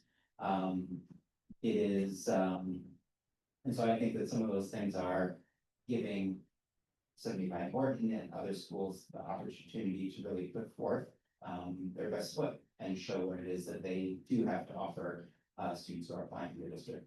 And I have heard really good things about families who have been participating at them. I will say I have been seeing in some of the Facebook parent groups, like Chelsea Mamas and those groups, conversations about 75 Morton, and current parents have been commenting and certainly praising the school, which those groups I think are incredibly helpful. People do read those comments, and I think and they do lead to direct conversations. Can I direct message you? So I think that this is out there. So that's good. My other question is, did you comment, or maybe I missed it, on anything you know about the bus situation? And if you don't know, I know that's not really you. Yeah. I know that's not you, but is there anything you have heard about contingency plans? And I did reach out to the chancellor's office to get an update prior to this meeting. People have obviously read about this real challenge in the papers. The city has done some remarkable things to help to not just resolve these conflicts before they're fully implemented, but also to put different strategies in place should busing be interrupted. There's a strong support for how it is that we go about providing families with vouchers for hire cabs and Uber, Lyft, that kind of transportation. That is, certainly not an equivalent match, because you don't put a 7-year-old in Lyft on their own. But the city is working hard to try to put some contingency plans in place should this come to fruition. Great, thank you. Are there any other questions for the superintendent or the deputy superintendents? They are here if you have any questions specifically directed towards them. Okay, thank you so much. I appreciate your presentation tonight. We all do. Thank you. Okay, just from an administrative standpoint, it's 8:25 now. We need to be out of the room. We were informed by 9:50. Is that right, Victor? Which means the meeting has to be over because we have to tear the equipment down by 9:40. So just my council members, please keep that in mind. We have to be done by adjourned with everything at 9:40. Okay. The next is the presentation voting on bylaws proposals. Before we get into specific discussions of them, I went through them last time of what they were. Everybody was here last time. Is there, does anybody want me to restate what I said last time? I mean, I could do it, but it's the same. You do want me to? Okay. Give me a second. I have my warning. With my. Oh, here we go. Okay. Thanks. Okay. We presented the bylaws changes last meeting. We didn't take any votes, and then we vote this meeting. There are no changes to it because we have to take what we have last time and present it again this time. There's no way to just pull things out. We have to vote on that. So I'm not going to go through every single change, but I will highlight a few items. A lot of the changes in there are somewhat cosmetic, wordsmithing to get our bylaws language to conform, not completely, but a little more to the DOE face template, which is available in the CEC handbook. Each of you received at the orientation or got emailed, and if you don't have it, you can get it from FACE very easily. On the more substantive proposals that we included, it allows for hybrid meetings, which we will need to have an actual policy, which we'll post, which I sent out. There's that general, which is from the general template, and we can review it, and we'll review and vote that tonight. Hybrid would allow us to attend meetings virtually if there are extraordinary circumstances. We would still need a quorum of no less than 7 in person. The public would be able to participate remotely or in person. If we as council members, this is the law, if we as council members are able to participate remotely, then the public needs to as well. We can't have that advantage over the public. So what's good for us is good for them.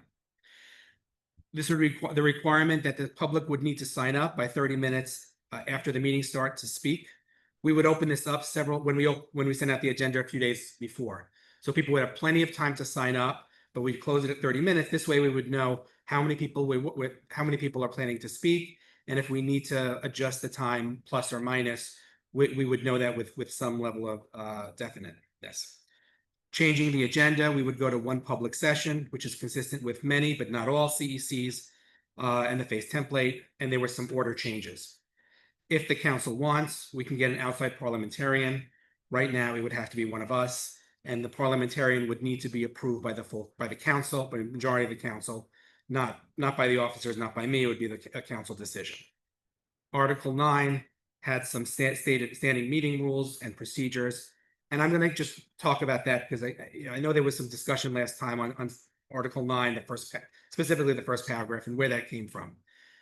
For any of you who were on the council with me last term, or for any of you who are watching it, there were several instances where some of my council members would get off into, I would just say, loud tangents. So I would have somebody screaming on one side. I'm not pointing to Sam because Sam was on the council. Screaming on one side, cursing on the other side, and I'm not talking about Danielle. I'm not talking about you, Daniela, but I'm screaming on one side, cursing on another side, then screaming, and people would not go back to decorum. You can't have meetings where people are screaming at each other. We had to stop a meeting, I think, once or twice to do this, and this is just to remind people, go back to your corners and be civil to each other. And if I say, please stop with the fighting and the screaming, show decorum, we have kids watching, that would be respected. That being said, if folks want to take out the first paragraph, that's fine with me. I mean, I think if we can all be adults about it, to be blunt, if we can all be adults about it, it's probably not even needed. So this is not something that I'm going to hang my hat over. It's fine with me either way. So those were the bylaws, the highlights of the bylaws changes. And I think everybody had plenty of time to go through them. So with that, I'm going to open the floor to discuss the bylaws changes. If people have comments, we can go. I prefer not to go line by line because there's a lot of lines in there. So if people have specific issues, I'd like them to bring that up and we can discuss it. And if people want changes, we can make motions to amend what was proposed and we would vote on that. And then we can vote on the bylaws themselves. So who would like to start? Is anyone that would like to start? I'm sure there is at least one person. Sure, Cody. Yeah, go ahead. Yeah, I mean, I think Article 9, I feel like, the vibes are better here. We should just, maybe try to be nice to each other and see how that goes. We can add that in. add something in to change it, we to, in terms of you being, the president being able to, change. Or stop things. Yeah, the first paragraph, you're talking about just the first paragraph. That's, as I said, it's, We all be respectful of each other and, I hope that we could be both started and I think. I hope. yeah, I mean. it's not insulting me. We can remove it. It's fine. That just to piggyback what you said, I think. Yeah, I told you, that's fine. Like, that's, yeah, I'm sorry. Sorry. Since I'm the one to put it in, yeah, as I said, I'm not gonna hang my hat on that. I think it's fine with me. And when we go through, what I'll do procedurally is we'll make a motion to remove it, but let's talk about other things first. That Tam's hand up. Do you want, here, why don't you use this one? I don't have it I don't right want this with me, one. sorry, I agree with that we can. Yeah. Hold off on that, just so. Yeah. It's hard, I got it, I've been watching these and participating in these meetings for years and. Had a kid that won't come anymore because they get so crazy and that shouldn't be a situation ever. That anyone feels unsafe, coming here, right, because the way we're treating each other. I think that the hybrid move is what we need 100%, what we've been hearing that we need, so I'm totally completely in favor of moving to hybrid. With that said, I think that, you know, we want that accessibility that brings, and all the people that would be able to attend because of that. But just to kind of put it out there, like Craig said, moving to hybrid is not virtual meeting. So it's not like how this council ran during the pandemic and for 2 years after it, right? We have an endless amount of time. We have to be out of this building, 9:30, 10 o'clock, Tweed is, you know, very strict in enforcing that. As are the schools. Meetings at Tweed. So we need to look at public speaking time, we need to think about making that a guaranteed block of time instead of hoping and crossing our fingers that we can get to a second speaking session. Realistically, it's gonna be very hard to do that. I don't want anyone sitting in the audience and waiting to talk with their parent in person or online. And we still, you know, some have into the business meeting that, so just putting that out there, so it's, you know, differentiated. Also, do not want a parliamentarian of any kind or trust who we got. Sorry, might be my own experience, but Outside, right, outside, right. no outside, vetted by face or DOE or us parliamentarian or anyone on the council. I just don't need it to Cody's point. I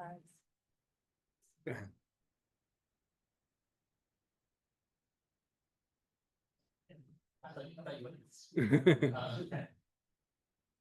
Okay, yeah, I would also suggest that we first vote on the hybrid amendments, because some of the other amendments to bylaws really kind of go in tandem with hybrid, like, you know, so we are proposing these bylaws amendments to eliminate the speaking session, have a sign up deadline of 30 minutes from the meeting.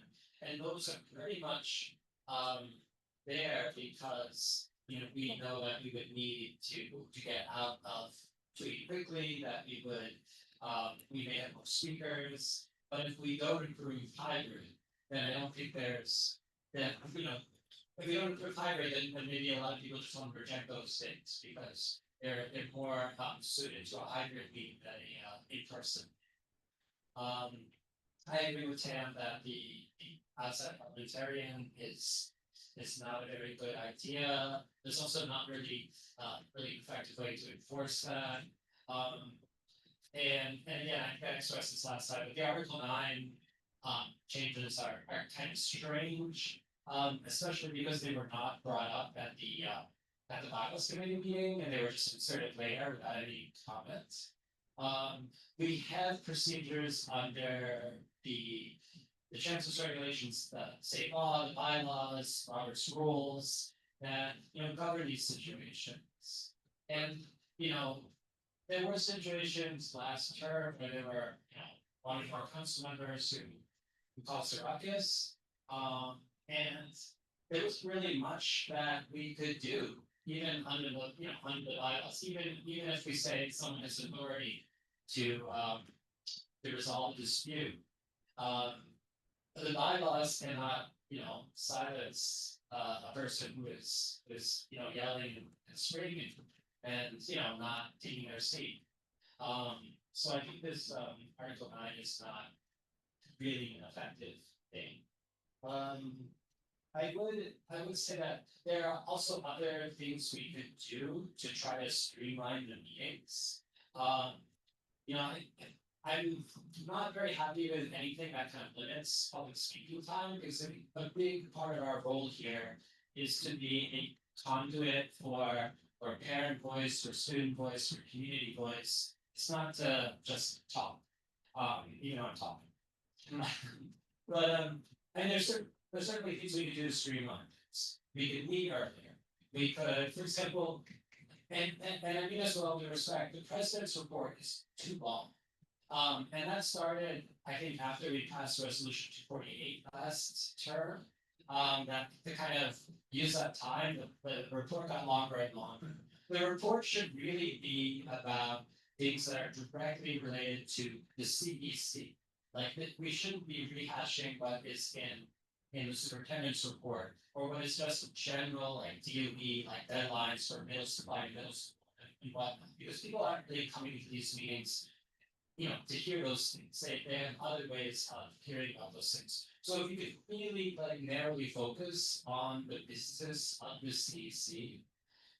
For example, there was a meeting, I think last week, where CEC presidents were invited to talk about revisions to Chancellor's Regulation D210, which are provisions that, are hoping to prevent CEC members from harassing or doxing or discriminating against students, among other things. And since our CEC president goes to those meetings and gets invited to those meetings, general CEC membership does not. A president's report would probably be an appropriate place to talk about that, but not necessarily an appropriate place to talk about things that are already in counties. So that's all I have to say. Thank you. So a couple of things. First of all, on the D210 meeting, it actually is something that I'm going to speak to in the business session. I've already have it written out. That's already been planned. So that's there. And reducing the president's report, I think the president's report tonight was maybe 4 minutes, 5 minutes. If I reduce it to 3 minutes, I don't know that really saves a whole lot of time in a 4-hour meeting, a 3.5-hour meeting. So I appreciate people wanting me to be concise, and I will try to do so. I do personally think that having some reminders of dates, I think people would like more reminders of dates than less reminders of dates. You never know. But again, the president's report is usually about 3 to 5 minutes. Condensing it is not going to save us any time whatsoever. From the procedural perspective on the breaking up of the voting, I would, my sense, and you can ask what others feel, is not to break it up, because I think it's all connected. I think if we go to hybrid, people are willing to go to hybrid if we have revisions to the format of the meeting as well. So I don't think breaking it up to me makes sense. I wouldn't be in support of. I don't know how other people feel. I'll let them comment. I motion to vote on hybrid. Okay. So let me, is there any discussion? Okay, let me get a vote.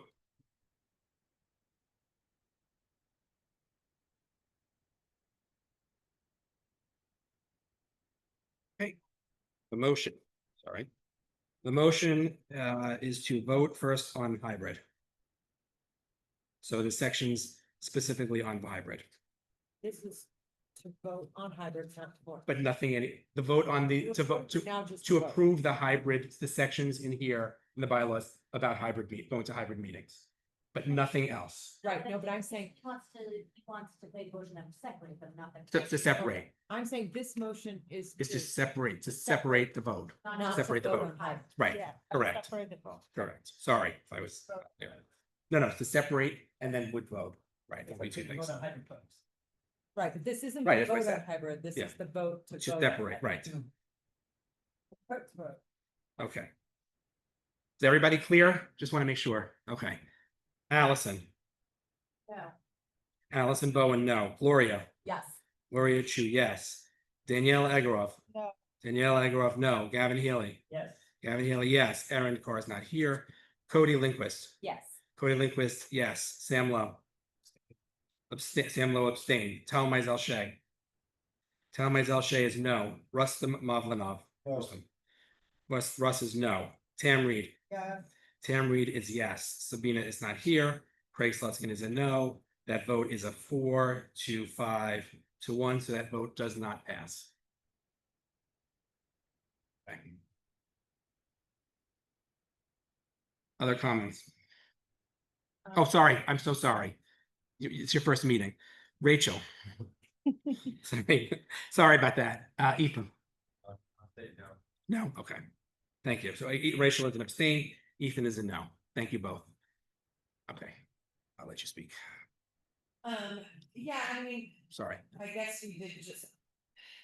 It's hard because a lot of these bylaws changes, like going down to one speaker section, I personally would only want to do, if we were hybrid, that would allow more parents and interested parties the opportunity to speak. So it's sort of difficult for us to know. But you wouldn't get one without the other. Yeah. Right? So you're not getting hybrid unless you get the other. Right? Yeah, it's a This fact. in general, so I guess these sort of competition, people were interested in doing hybrid before we hashed that. But okay. Details of hybrid. Right.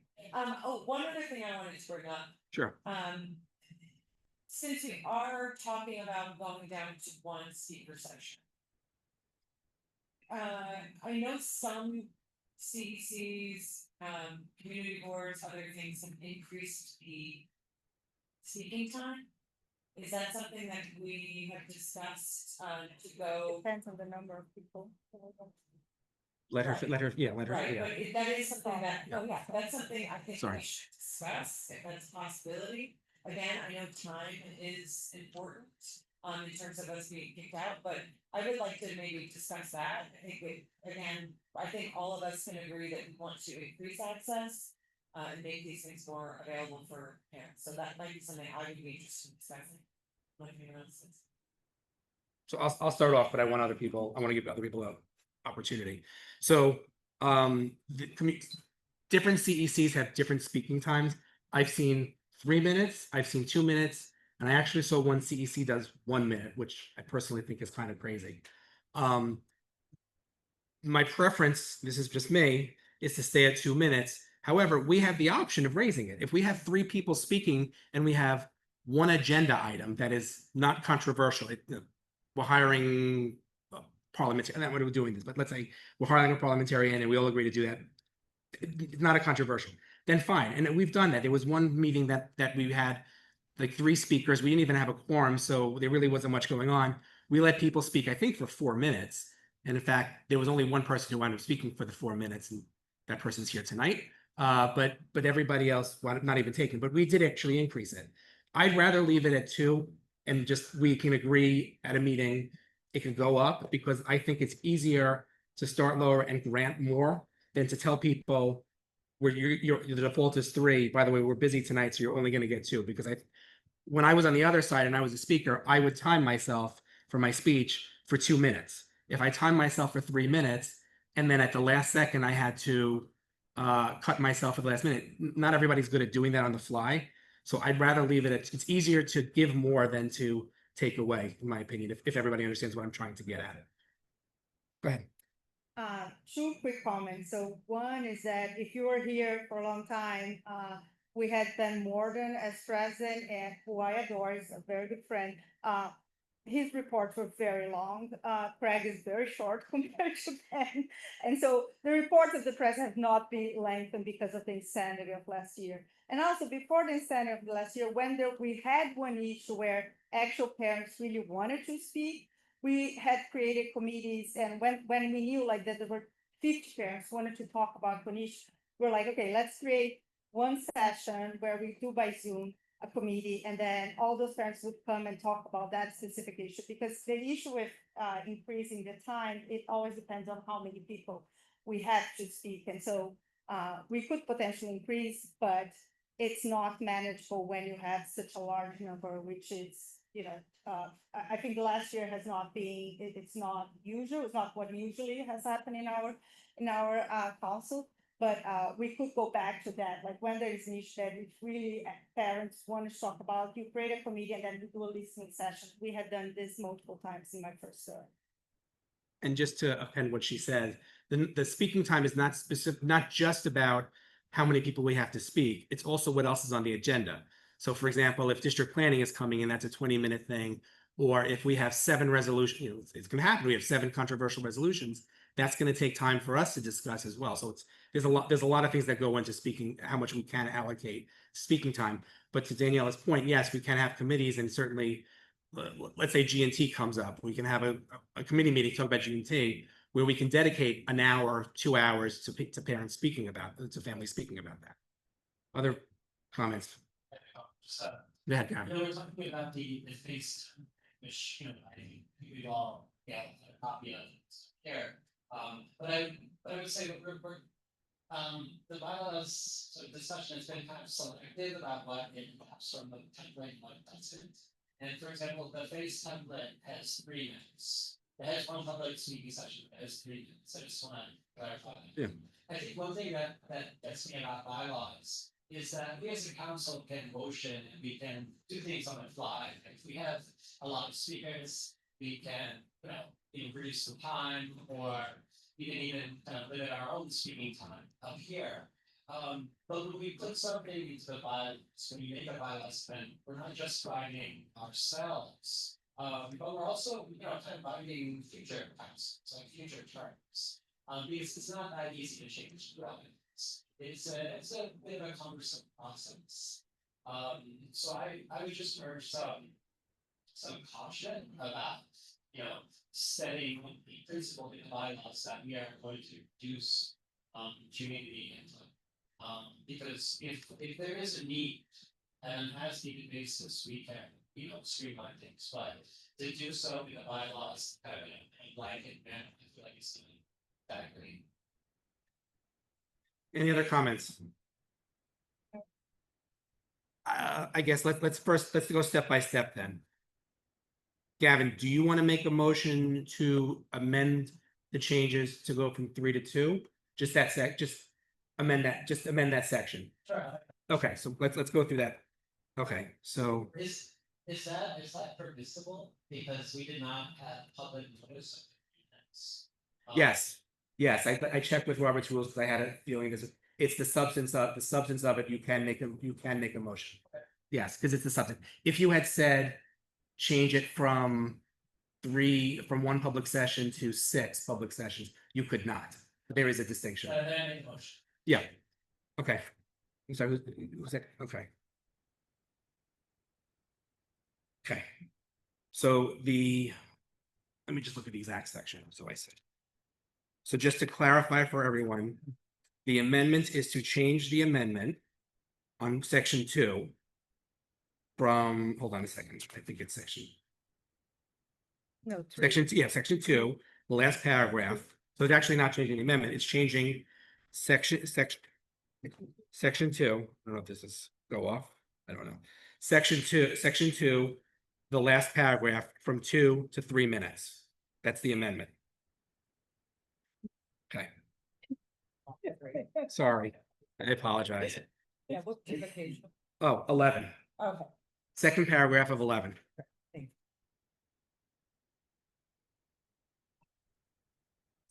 see it? Yeah. Okay.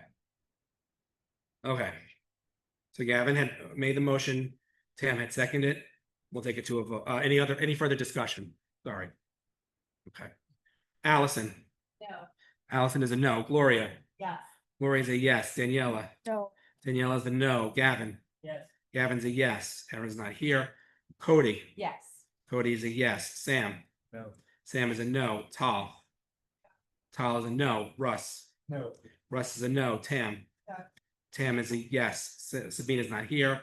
I'm a no. So the motion does not pass 4-6 to 0. Yeah, but after I'm going to go through them. Rachel. Rachel abstains. Ethan. No. Ethan is a no. Okay.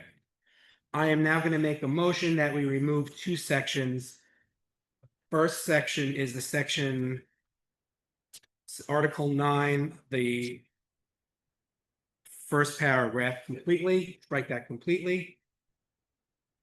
And then the second section to strike are the changes in Article 8 about engaging an outside party to be a parliamentarian. So the first paragraph, the first sentence stays. The change would not stay. That everybody clear on that? Okay.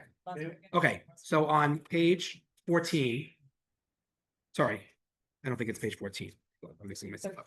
Page 13, there is a change in Article 8 to add the outside parliamentarian. The motion is to remove that change. So the first sentence, which is there already, stays. The addition, the change would go. So there would be no change in this paragraph. On page 13. So the red line goes away. Just on Article 8, Article 8, right, Article 8. not the ones above or below. Does everybody follow? I just want to make, people seem to be confused. Get rid of those two things. Yes. I'm gonna put them for both, because sorry, is everybody okay if we combine them? We Yes. bundle them? Okay, so I'm gonna make that motion.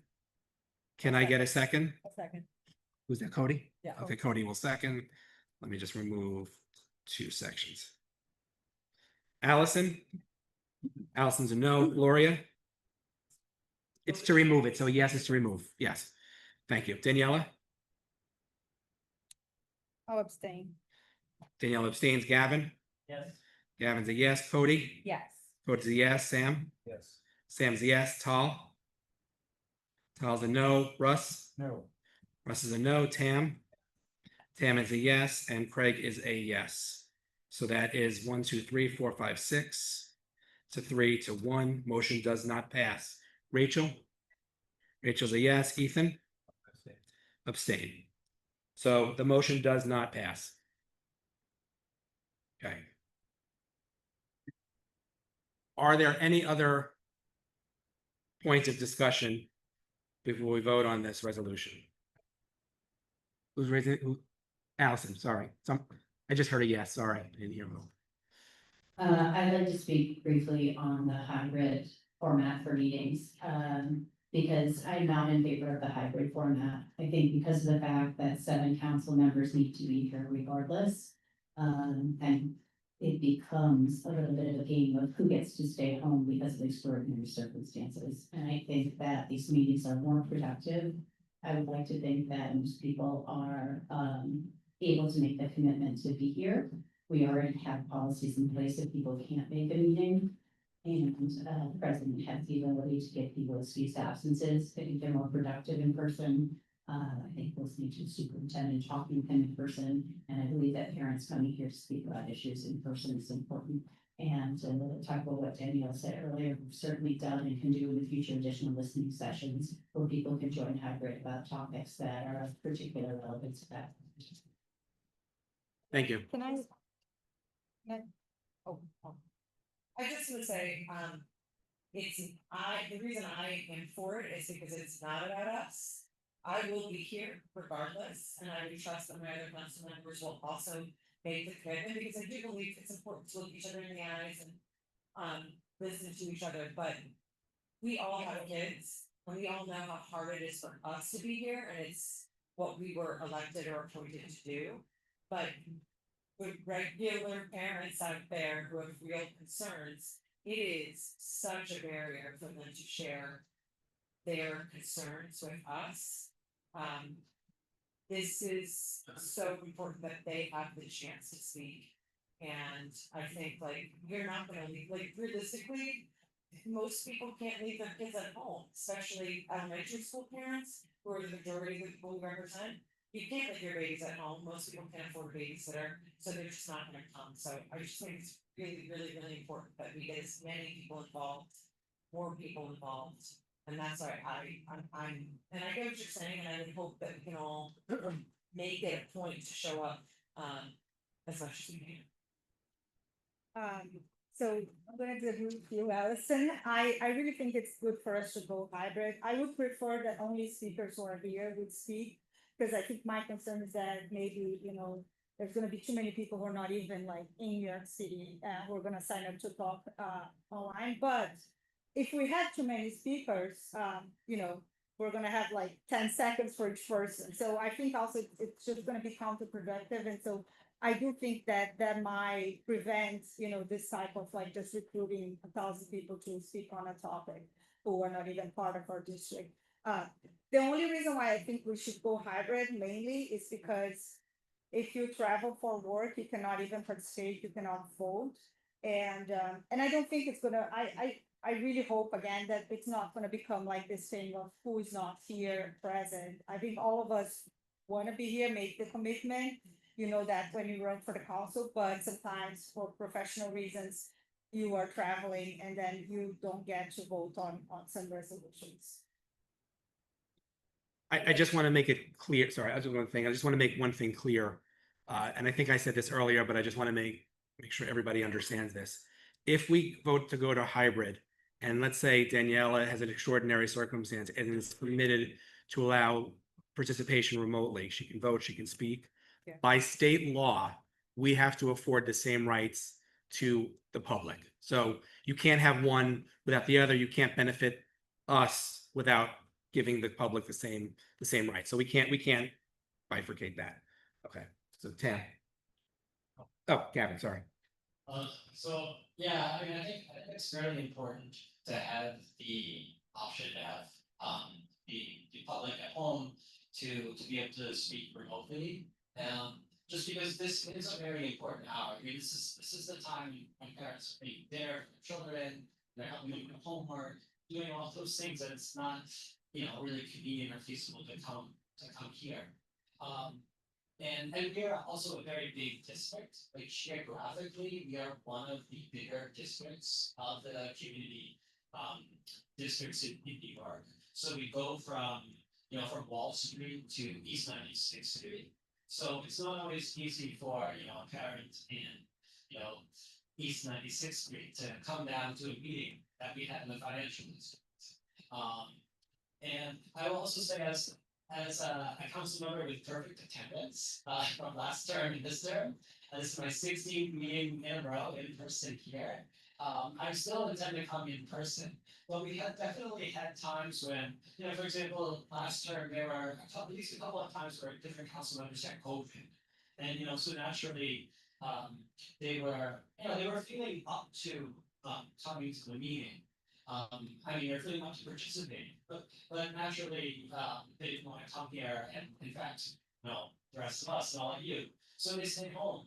And it really would have been great if they could have continued to participate, and to vote and to have their voices heard. And we all have, we're all busy people, and we're all volunteers. We don't get paid for this. So, and we're doing our best, and taking care of children and elderly parents. And so I think a hybrid really makes a lot of sense for all those reasons. Thank you. Tam. I think it would be shameful, just straight up shameful at this point to vote against hybrid. You're voting against the people that we represent, the families that we represent, you're voting against your own council members like Sabina, who has asked for this, who asked for this 2 years ago because of our situation. We served 300,000 students with disabilities in private floors. We serve their parents, their family members who have had accessibility issues getting here.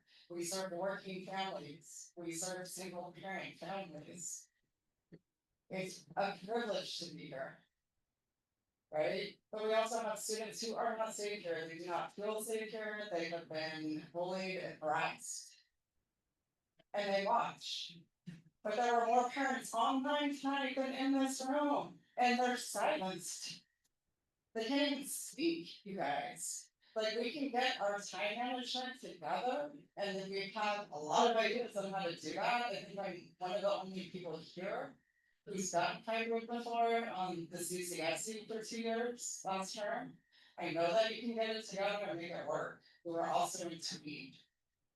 Right, but we are not gonna limit the amount of time that we're giving our community and saying, no, it's a hybrid on top of it, like, we're not up here just to talk about yourselves, right?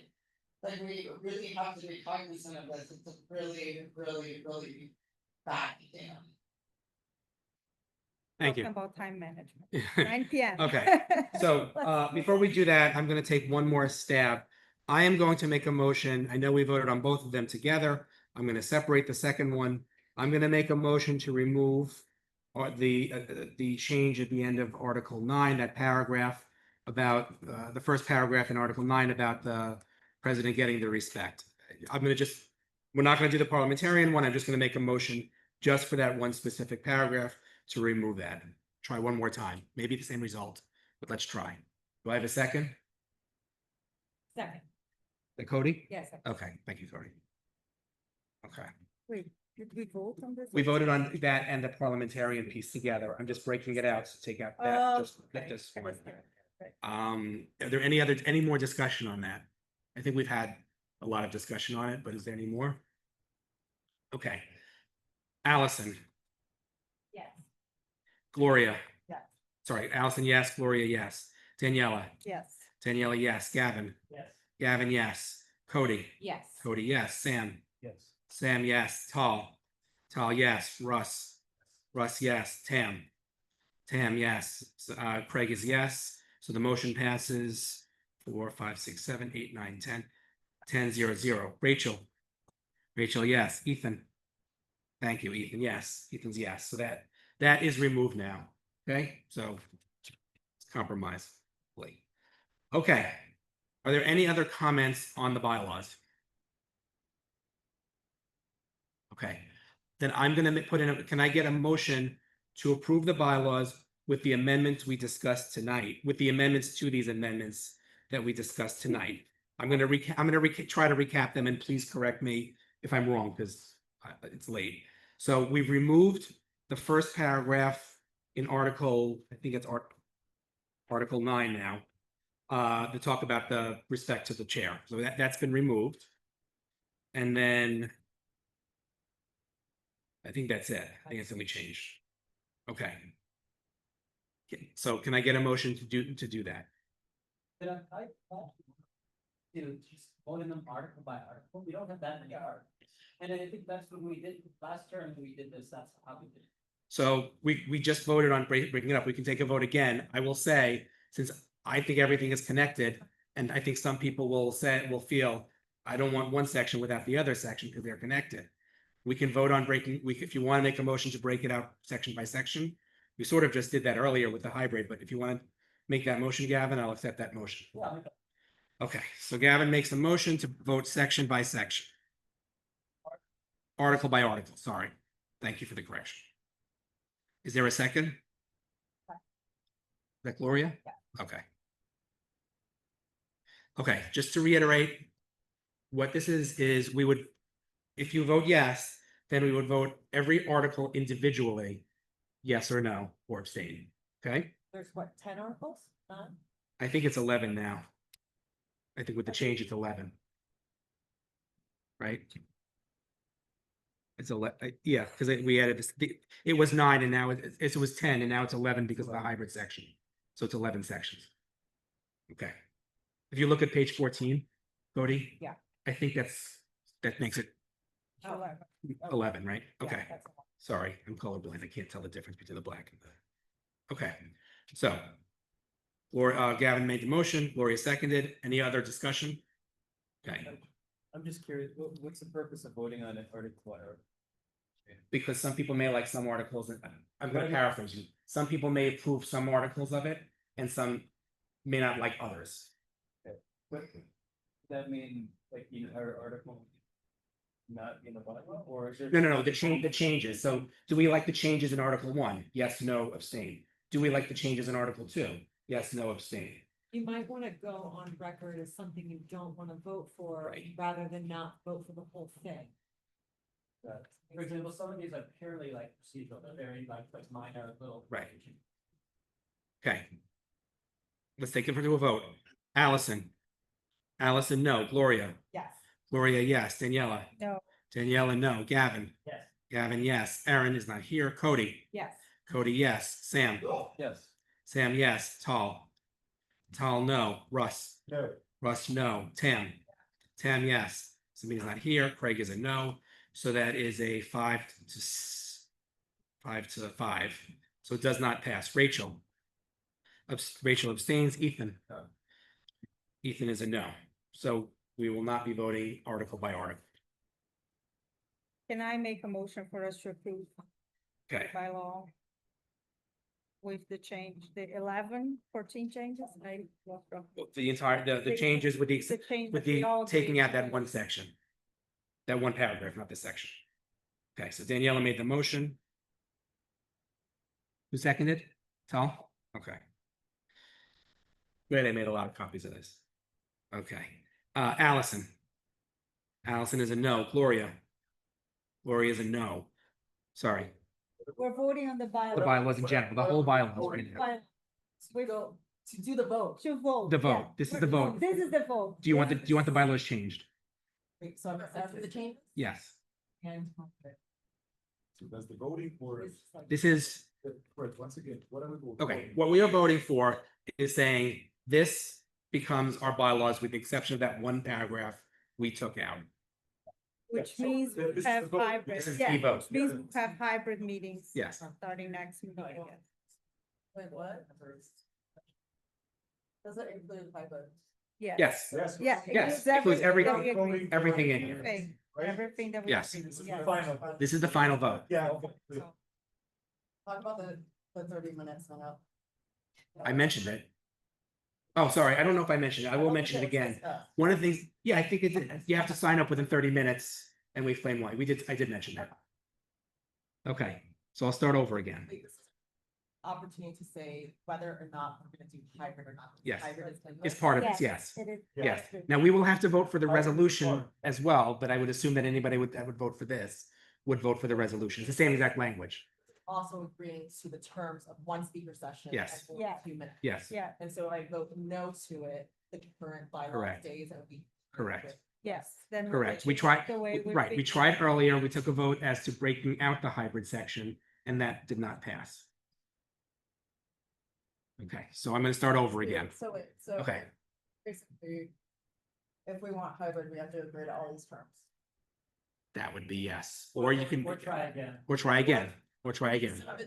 Vote no, go back and work on something. Right, but we would not have hybrid next month. The current amount of time we're speaking, just, when someone's here, person, it's 2. 2 minutes. Okay, so there's no change. Well, instead of 2 sessions, you would be, theoretically, one could speak for 4 minutes if you speak first and second. Okay, I'm gonna start over again. Anything wrong with my procedures? I'm looking at you. Okay. Allison. Allison's a no. Gloria. Would you like me to come back to you? Sure. Okay. Daniela. Yes. Daniela's a yes. Gavin. No. Gavin's a no. Cody. Yes. Cody's a yes. Sam. Yes. Sam's a yes. Tal. Tal's a yes. Russ. Yes. Russ is a yes. Tam. Tam's a no. Craig is a yes. Gloria. Abstain. Okay, we abstain. So the motion, it is 6 to 3 to 1. Motion does not pass. Rachel. Rachel. Rachel's a yes. Ethan. Ethan's a yes. So the motion does not pass. Okay.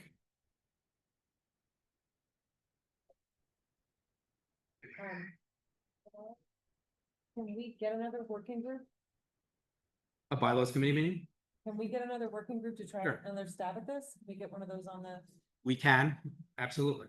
I don't know that, I think people have very strong feelings about that, but we I can. think, well, I'll just say.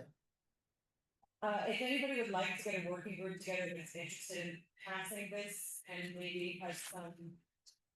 What might be willing to, might be willing to make some compromises and some other things, since I think it seems like some people have 4 hybrid, not just the others, so if we. I'm be happy to be a working group to figure it out on a smaller Yep. scale, but. Yeah. Yep. Okay. Discussion of resolutions. So resolution 286, urging the New York City Council to pass intro 1337-2025 and calling on New York City Public Schools to immediately distribute vaccine information to all public school families. Anybody wish to comment? Okay. Resolution 287, resolution authorizing Community Education Council District 2 to hold hybrid meetings. No, does it make sense to vote on this one? We can vote. Do you want to, you can make a motion to table it. We can still vote on it because see where they. because we need to pass the resolution under state law. We pass this resolution in order to hybrid meetings. So we could do it now and then do the bylaws amendment later. Just gets it up. Okay, so we can still vote. I will give you my comment is as long as we're pushing the bylaws, we should push everything. That's I think. I would like to vote on this anyway, just to see who might want to be a working group about it. I don't know that one has to do with the other, but Me okay. too. I think some people were interested in hybrid, but not interested in the other bylaws changes, so it would be nice to see who is interested in that. Okay, although I would say that just because you vote no to this because of a procedural error doesn't mean you're not interested in hybrid. No, I know. Just want to make sure people understand that. Interested in hybrid, figure out consequent working group, figure out how we can get that. Okay. Okay. Second public speaker, Victor, sign up sheet, the second public speaker session.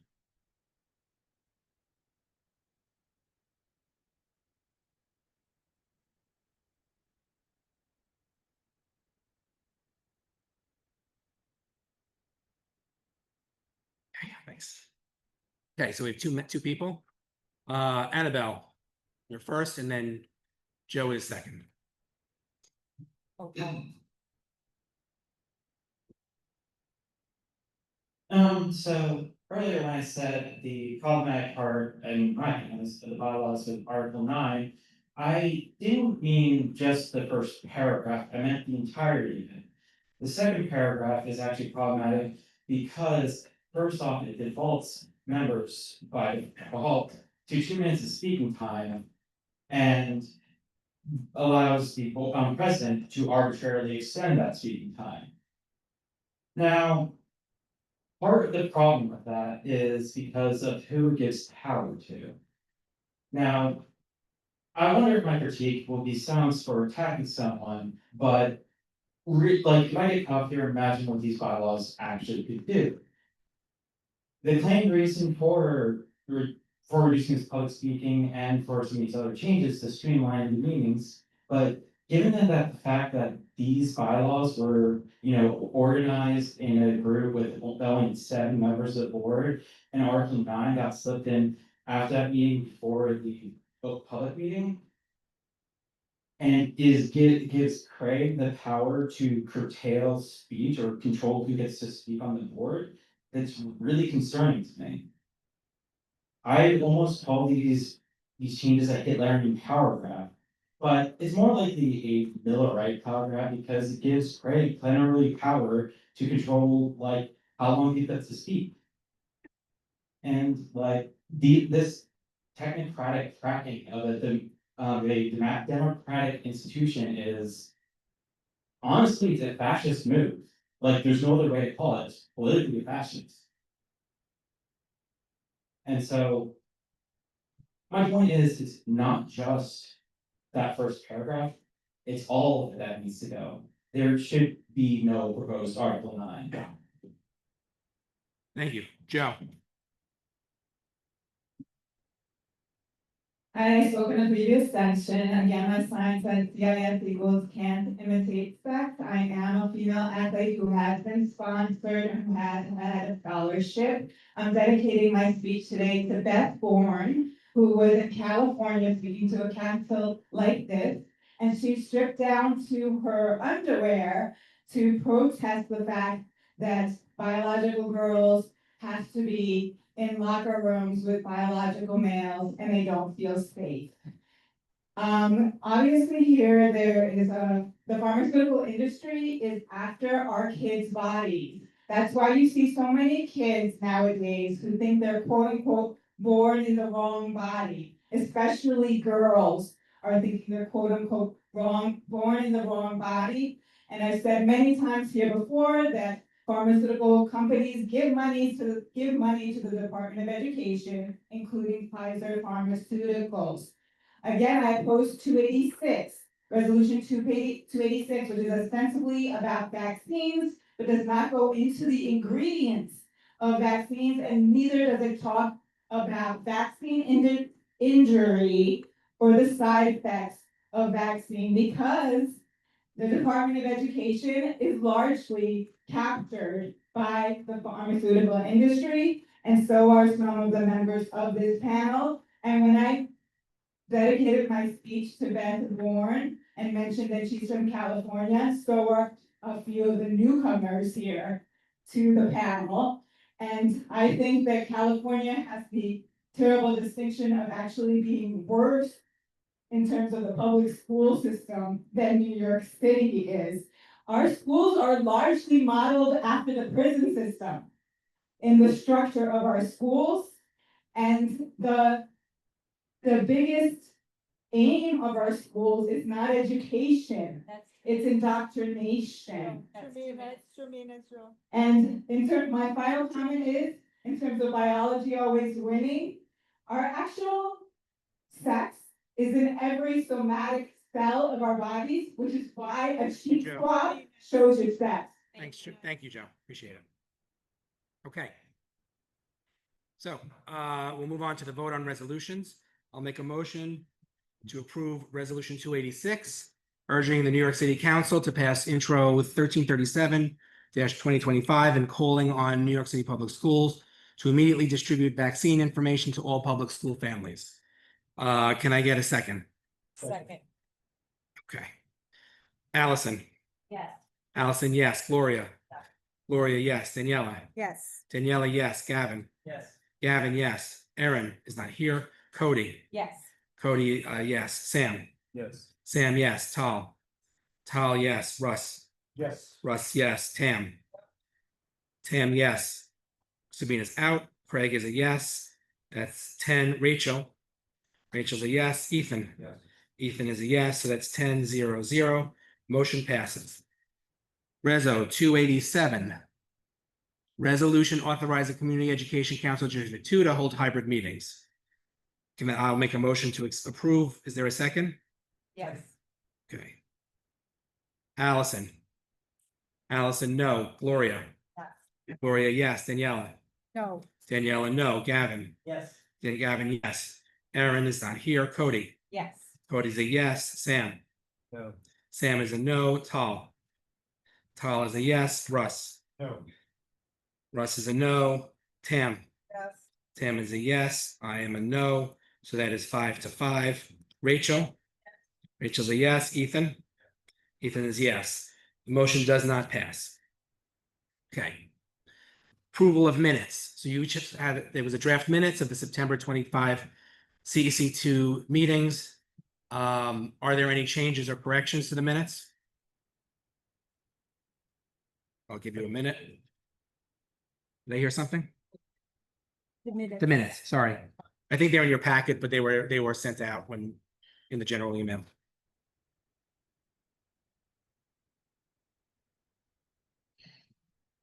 Okay. Are there any corrections or changes? Hearing none, the minutes are approved, stand approved. New business. I know we have some stuff in the business meeting to go through. And then by a show of hands, was everybody okay to adjourn the calendar meeting, this calendar meeting? Yes. Okay, motion pass it, or we stand adjourned. Can we go straight to the working business meeting, or do people need? Okay, we're gonna take a 3-minute break.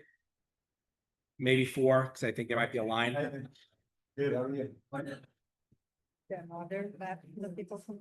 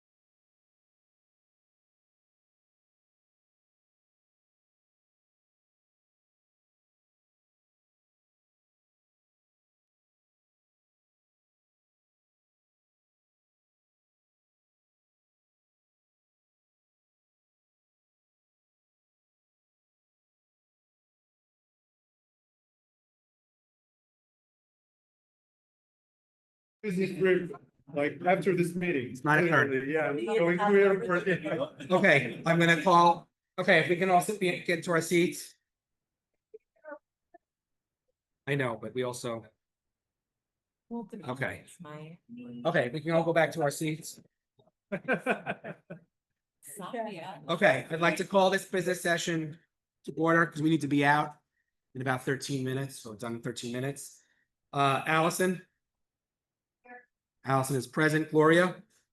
I'm here. Gloria is present. Daniela? Here. Daniela is here. Gavin? Gavin is here. Erin?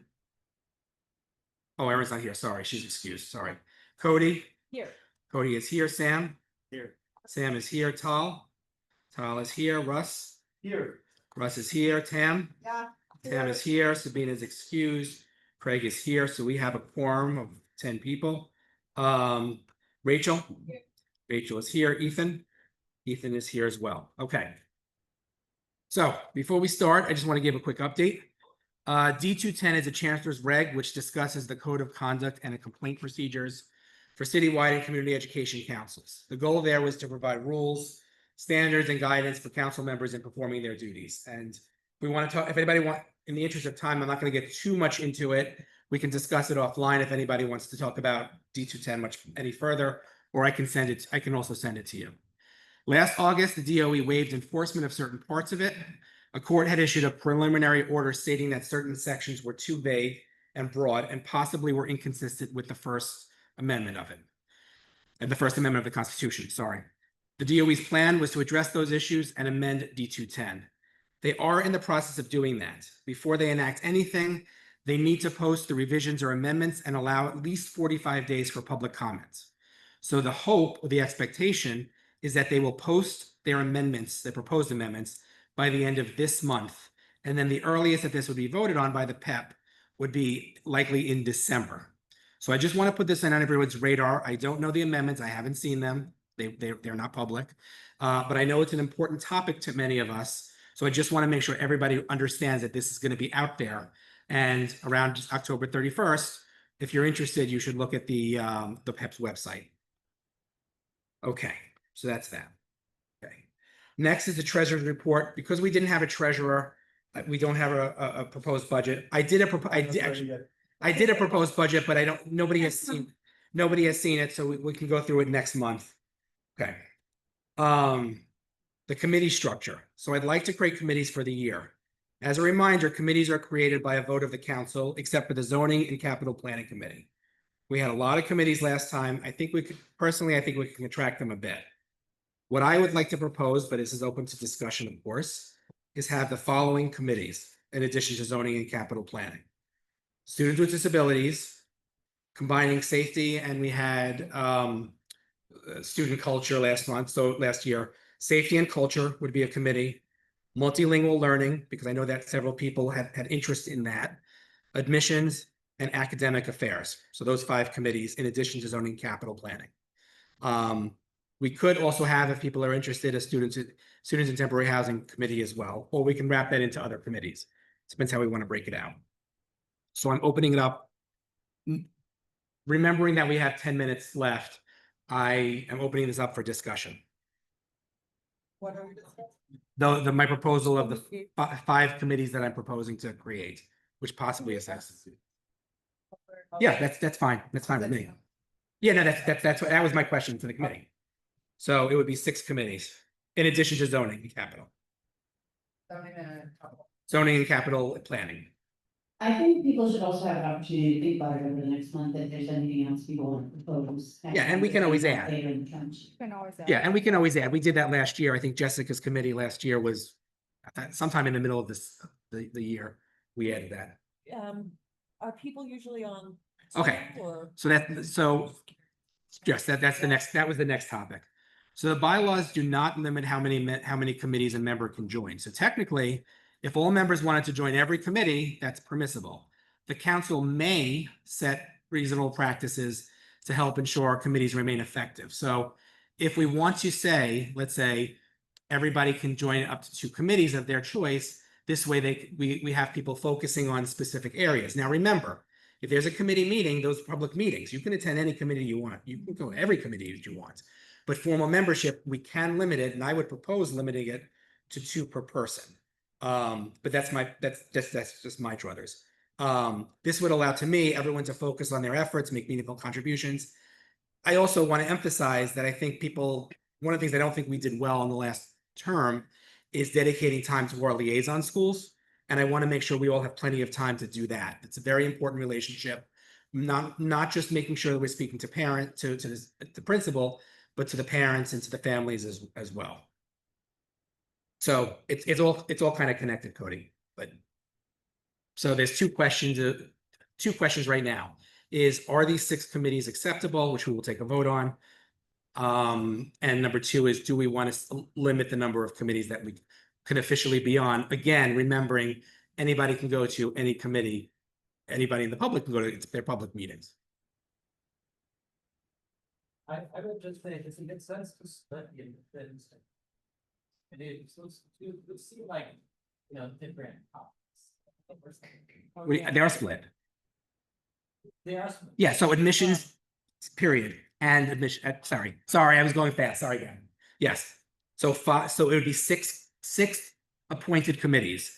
Number 1, I'll do it with number 1, students with disabilities. Number 2, safety and culture.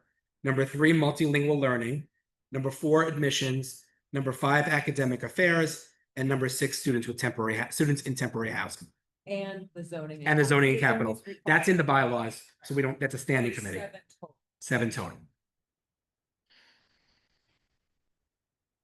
Any comments on the first question? Okay, can we take a vote? I'm going to make a motion. Second. Okay. So. Okay, Allison Bowen? Yes. Gloria Chu? Yeah. Gloria, yes. Daniela? Yes. Daniela, yes. Gavin? Yes. Gavin, yes. Cody? Yes. Cody, yes. Sam? Yes. Sam, yes. Tal? Yes. Tal, yes. Russ? Yes. Russ, yes. Tam? Tam, yes. Craig is a yes, so that passes. 10-0-0. Rachel? Rachel is a yes. Ethan? Ethan is a yes. And the student members are also welcome on the committees as well, if they want. If you don't want to, there's no pressure. It's senior year. There's a lot going on. We get it. So, but you're welcome to join, of course. On the second question, on having people limit themselves to 2 committees each, and it would be for their choosing. So it's not like I'm saying, Daniela, you have to be on this and this. What do people think? I think it's a nice guideline, but I don't think it has to be a hard and fast rule. I agree. I mean, if somebody has the capacity to go to 10 meetings per month, God bless them. Okay. So do we want to, so if it's that sort of looser thing, I don't think we vote on it. I think it's just sort of a recommendation. Is that? Yeah. I think people just should know that it requires you to organize meetings and, it's. Well, that's the chair. That's the chair. Yeah. Being on the committee is not organizing meetings. Yes. Right. But yes, Okay. if you are in 5 committees, you're probably not gonna be, Okay. So is that everybody comfortable? Guideline is two, but do what you want? Yep. Everybody okay? 2 committees per person. Per person, yes. Everybody okay with that? Yeah. Okay. Just from a procedural standpoint, according to the bylaws, the president does appoint the committee chairs.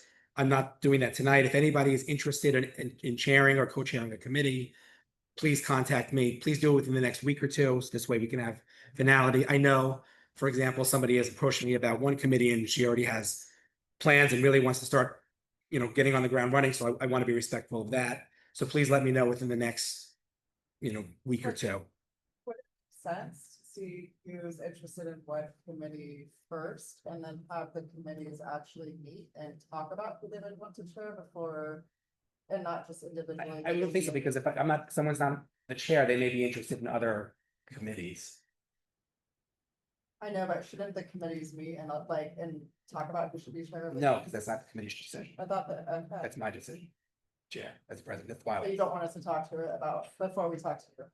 I mean, you can, but I think It that, just seems like more democratic, but okay. I think that we've always done it where it's the cart before the horse, the chair, and then he or she organizes, or they organize the meeting.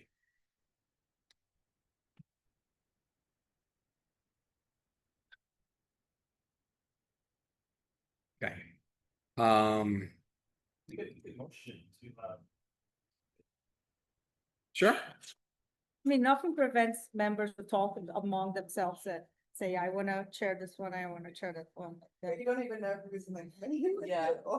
It's like. kind Well, of- you can also, if you had a chair, you can also try to get people to be on it, yeah. If you can try to recruit, you're the chair. Or we could just share a doc where we. are- That's what, but I'd like to hear from people what they want.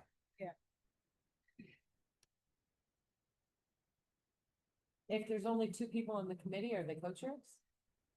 Not necessarily. It could be. They could be, oh, they could be co-chairs, yes. Before we. It does kind of feel like if you're on a committee and there's only two people, it would be kind of nice if they were co-chairs. Well, some people don't wanna have. Some people don't want the responsibility. Right, like it's doing the work. whole thing, Like but it's work. It's work, but there are people who want, and then you can be co-chair. yeah. Right. Have that discussion. Like we, Yeah. we need the committees to exist before there's a committee chair. We just made the committees Yes, to exist. right? The committees do exist.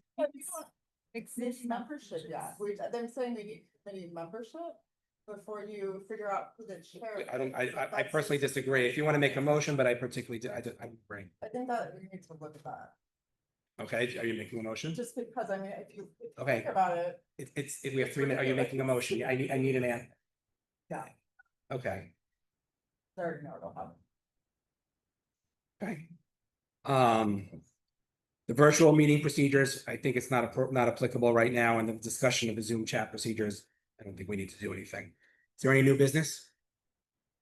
Nope. Okay, being that, we are adjourned. Thank you very much. The next meeting is Wednesday, November. I think it's the 19th. Does that sound right? Or 19th. Thank you. Thank you. Victor?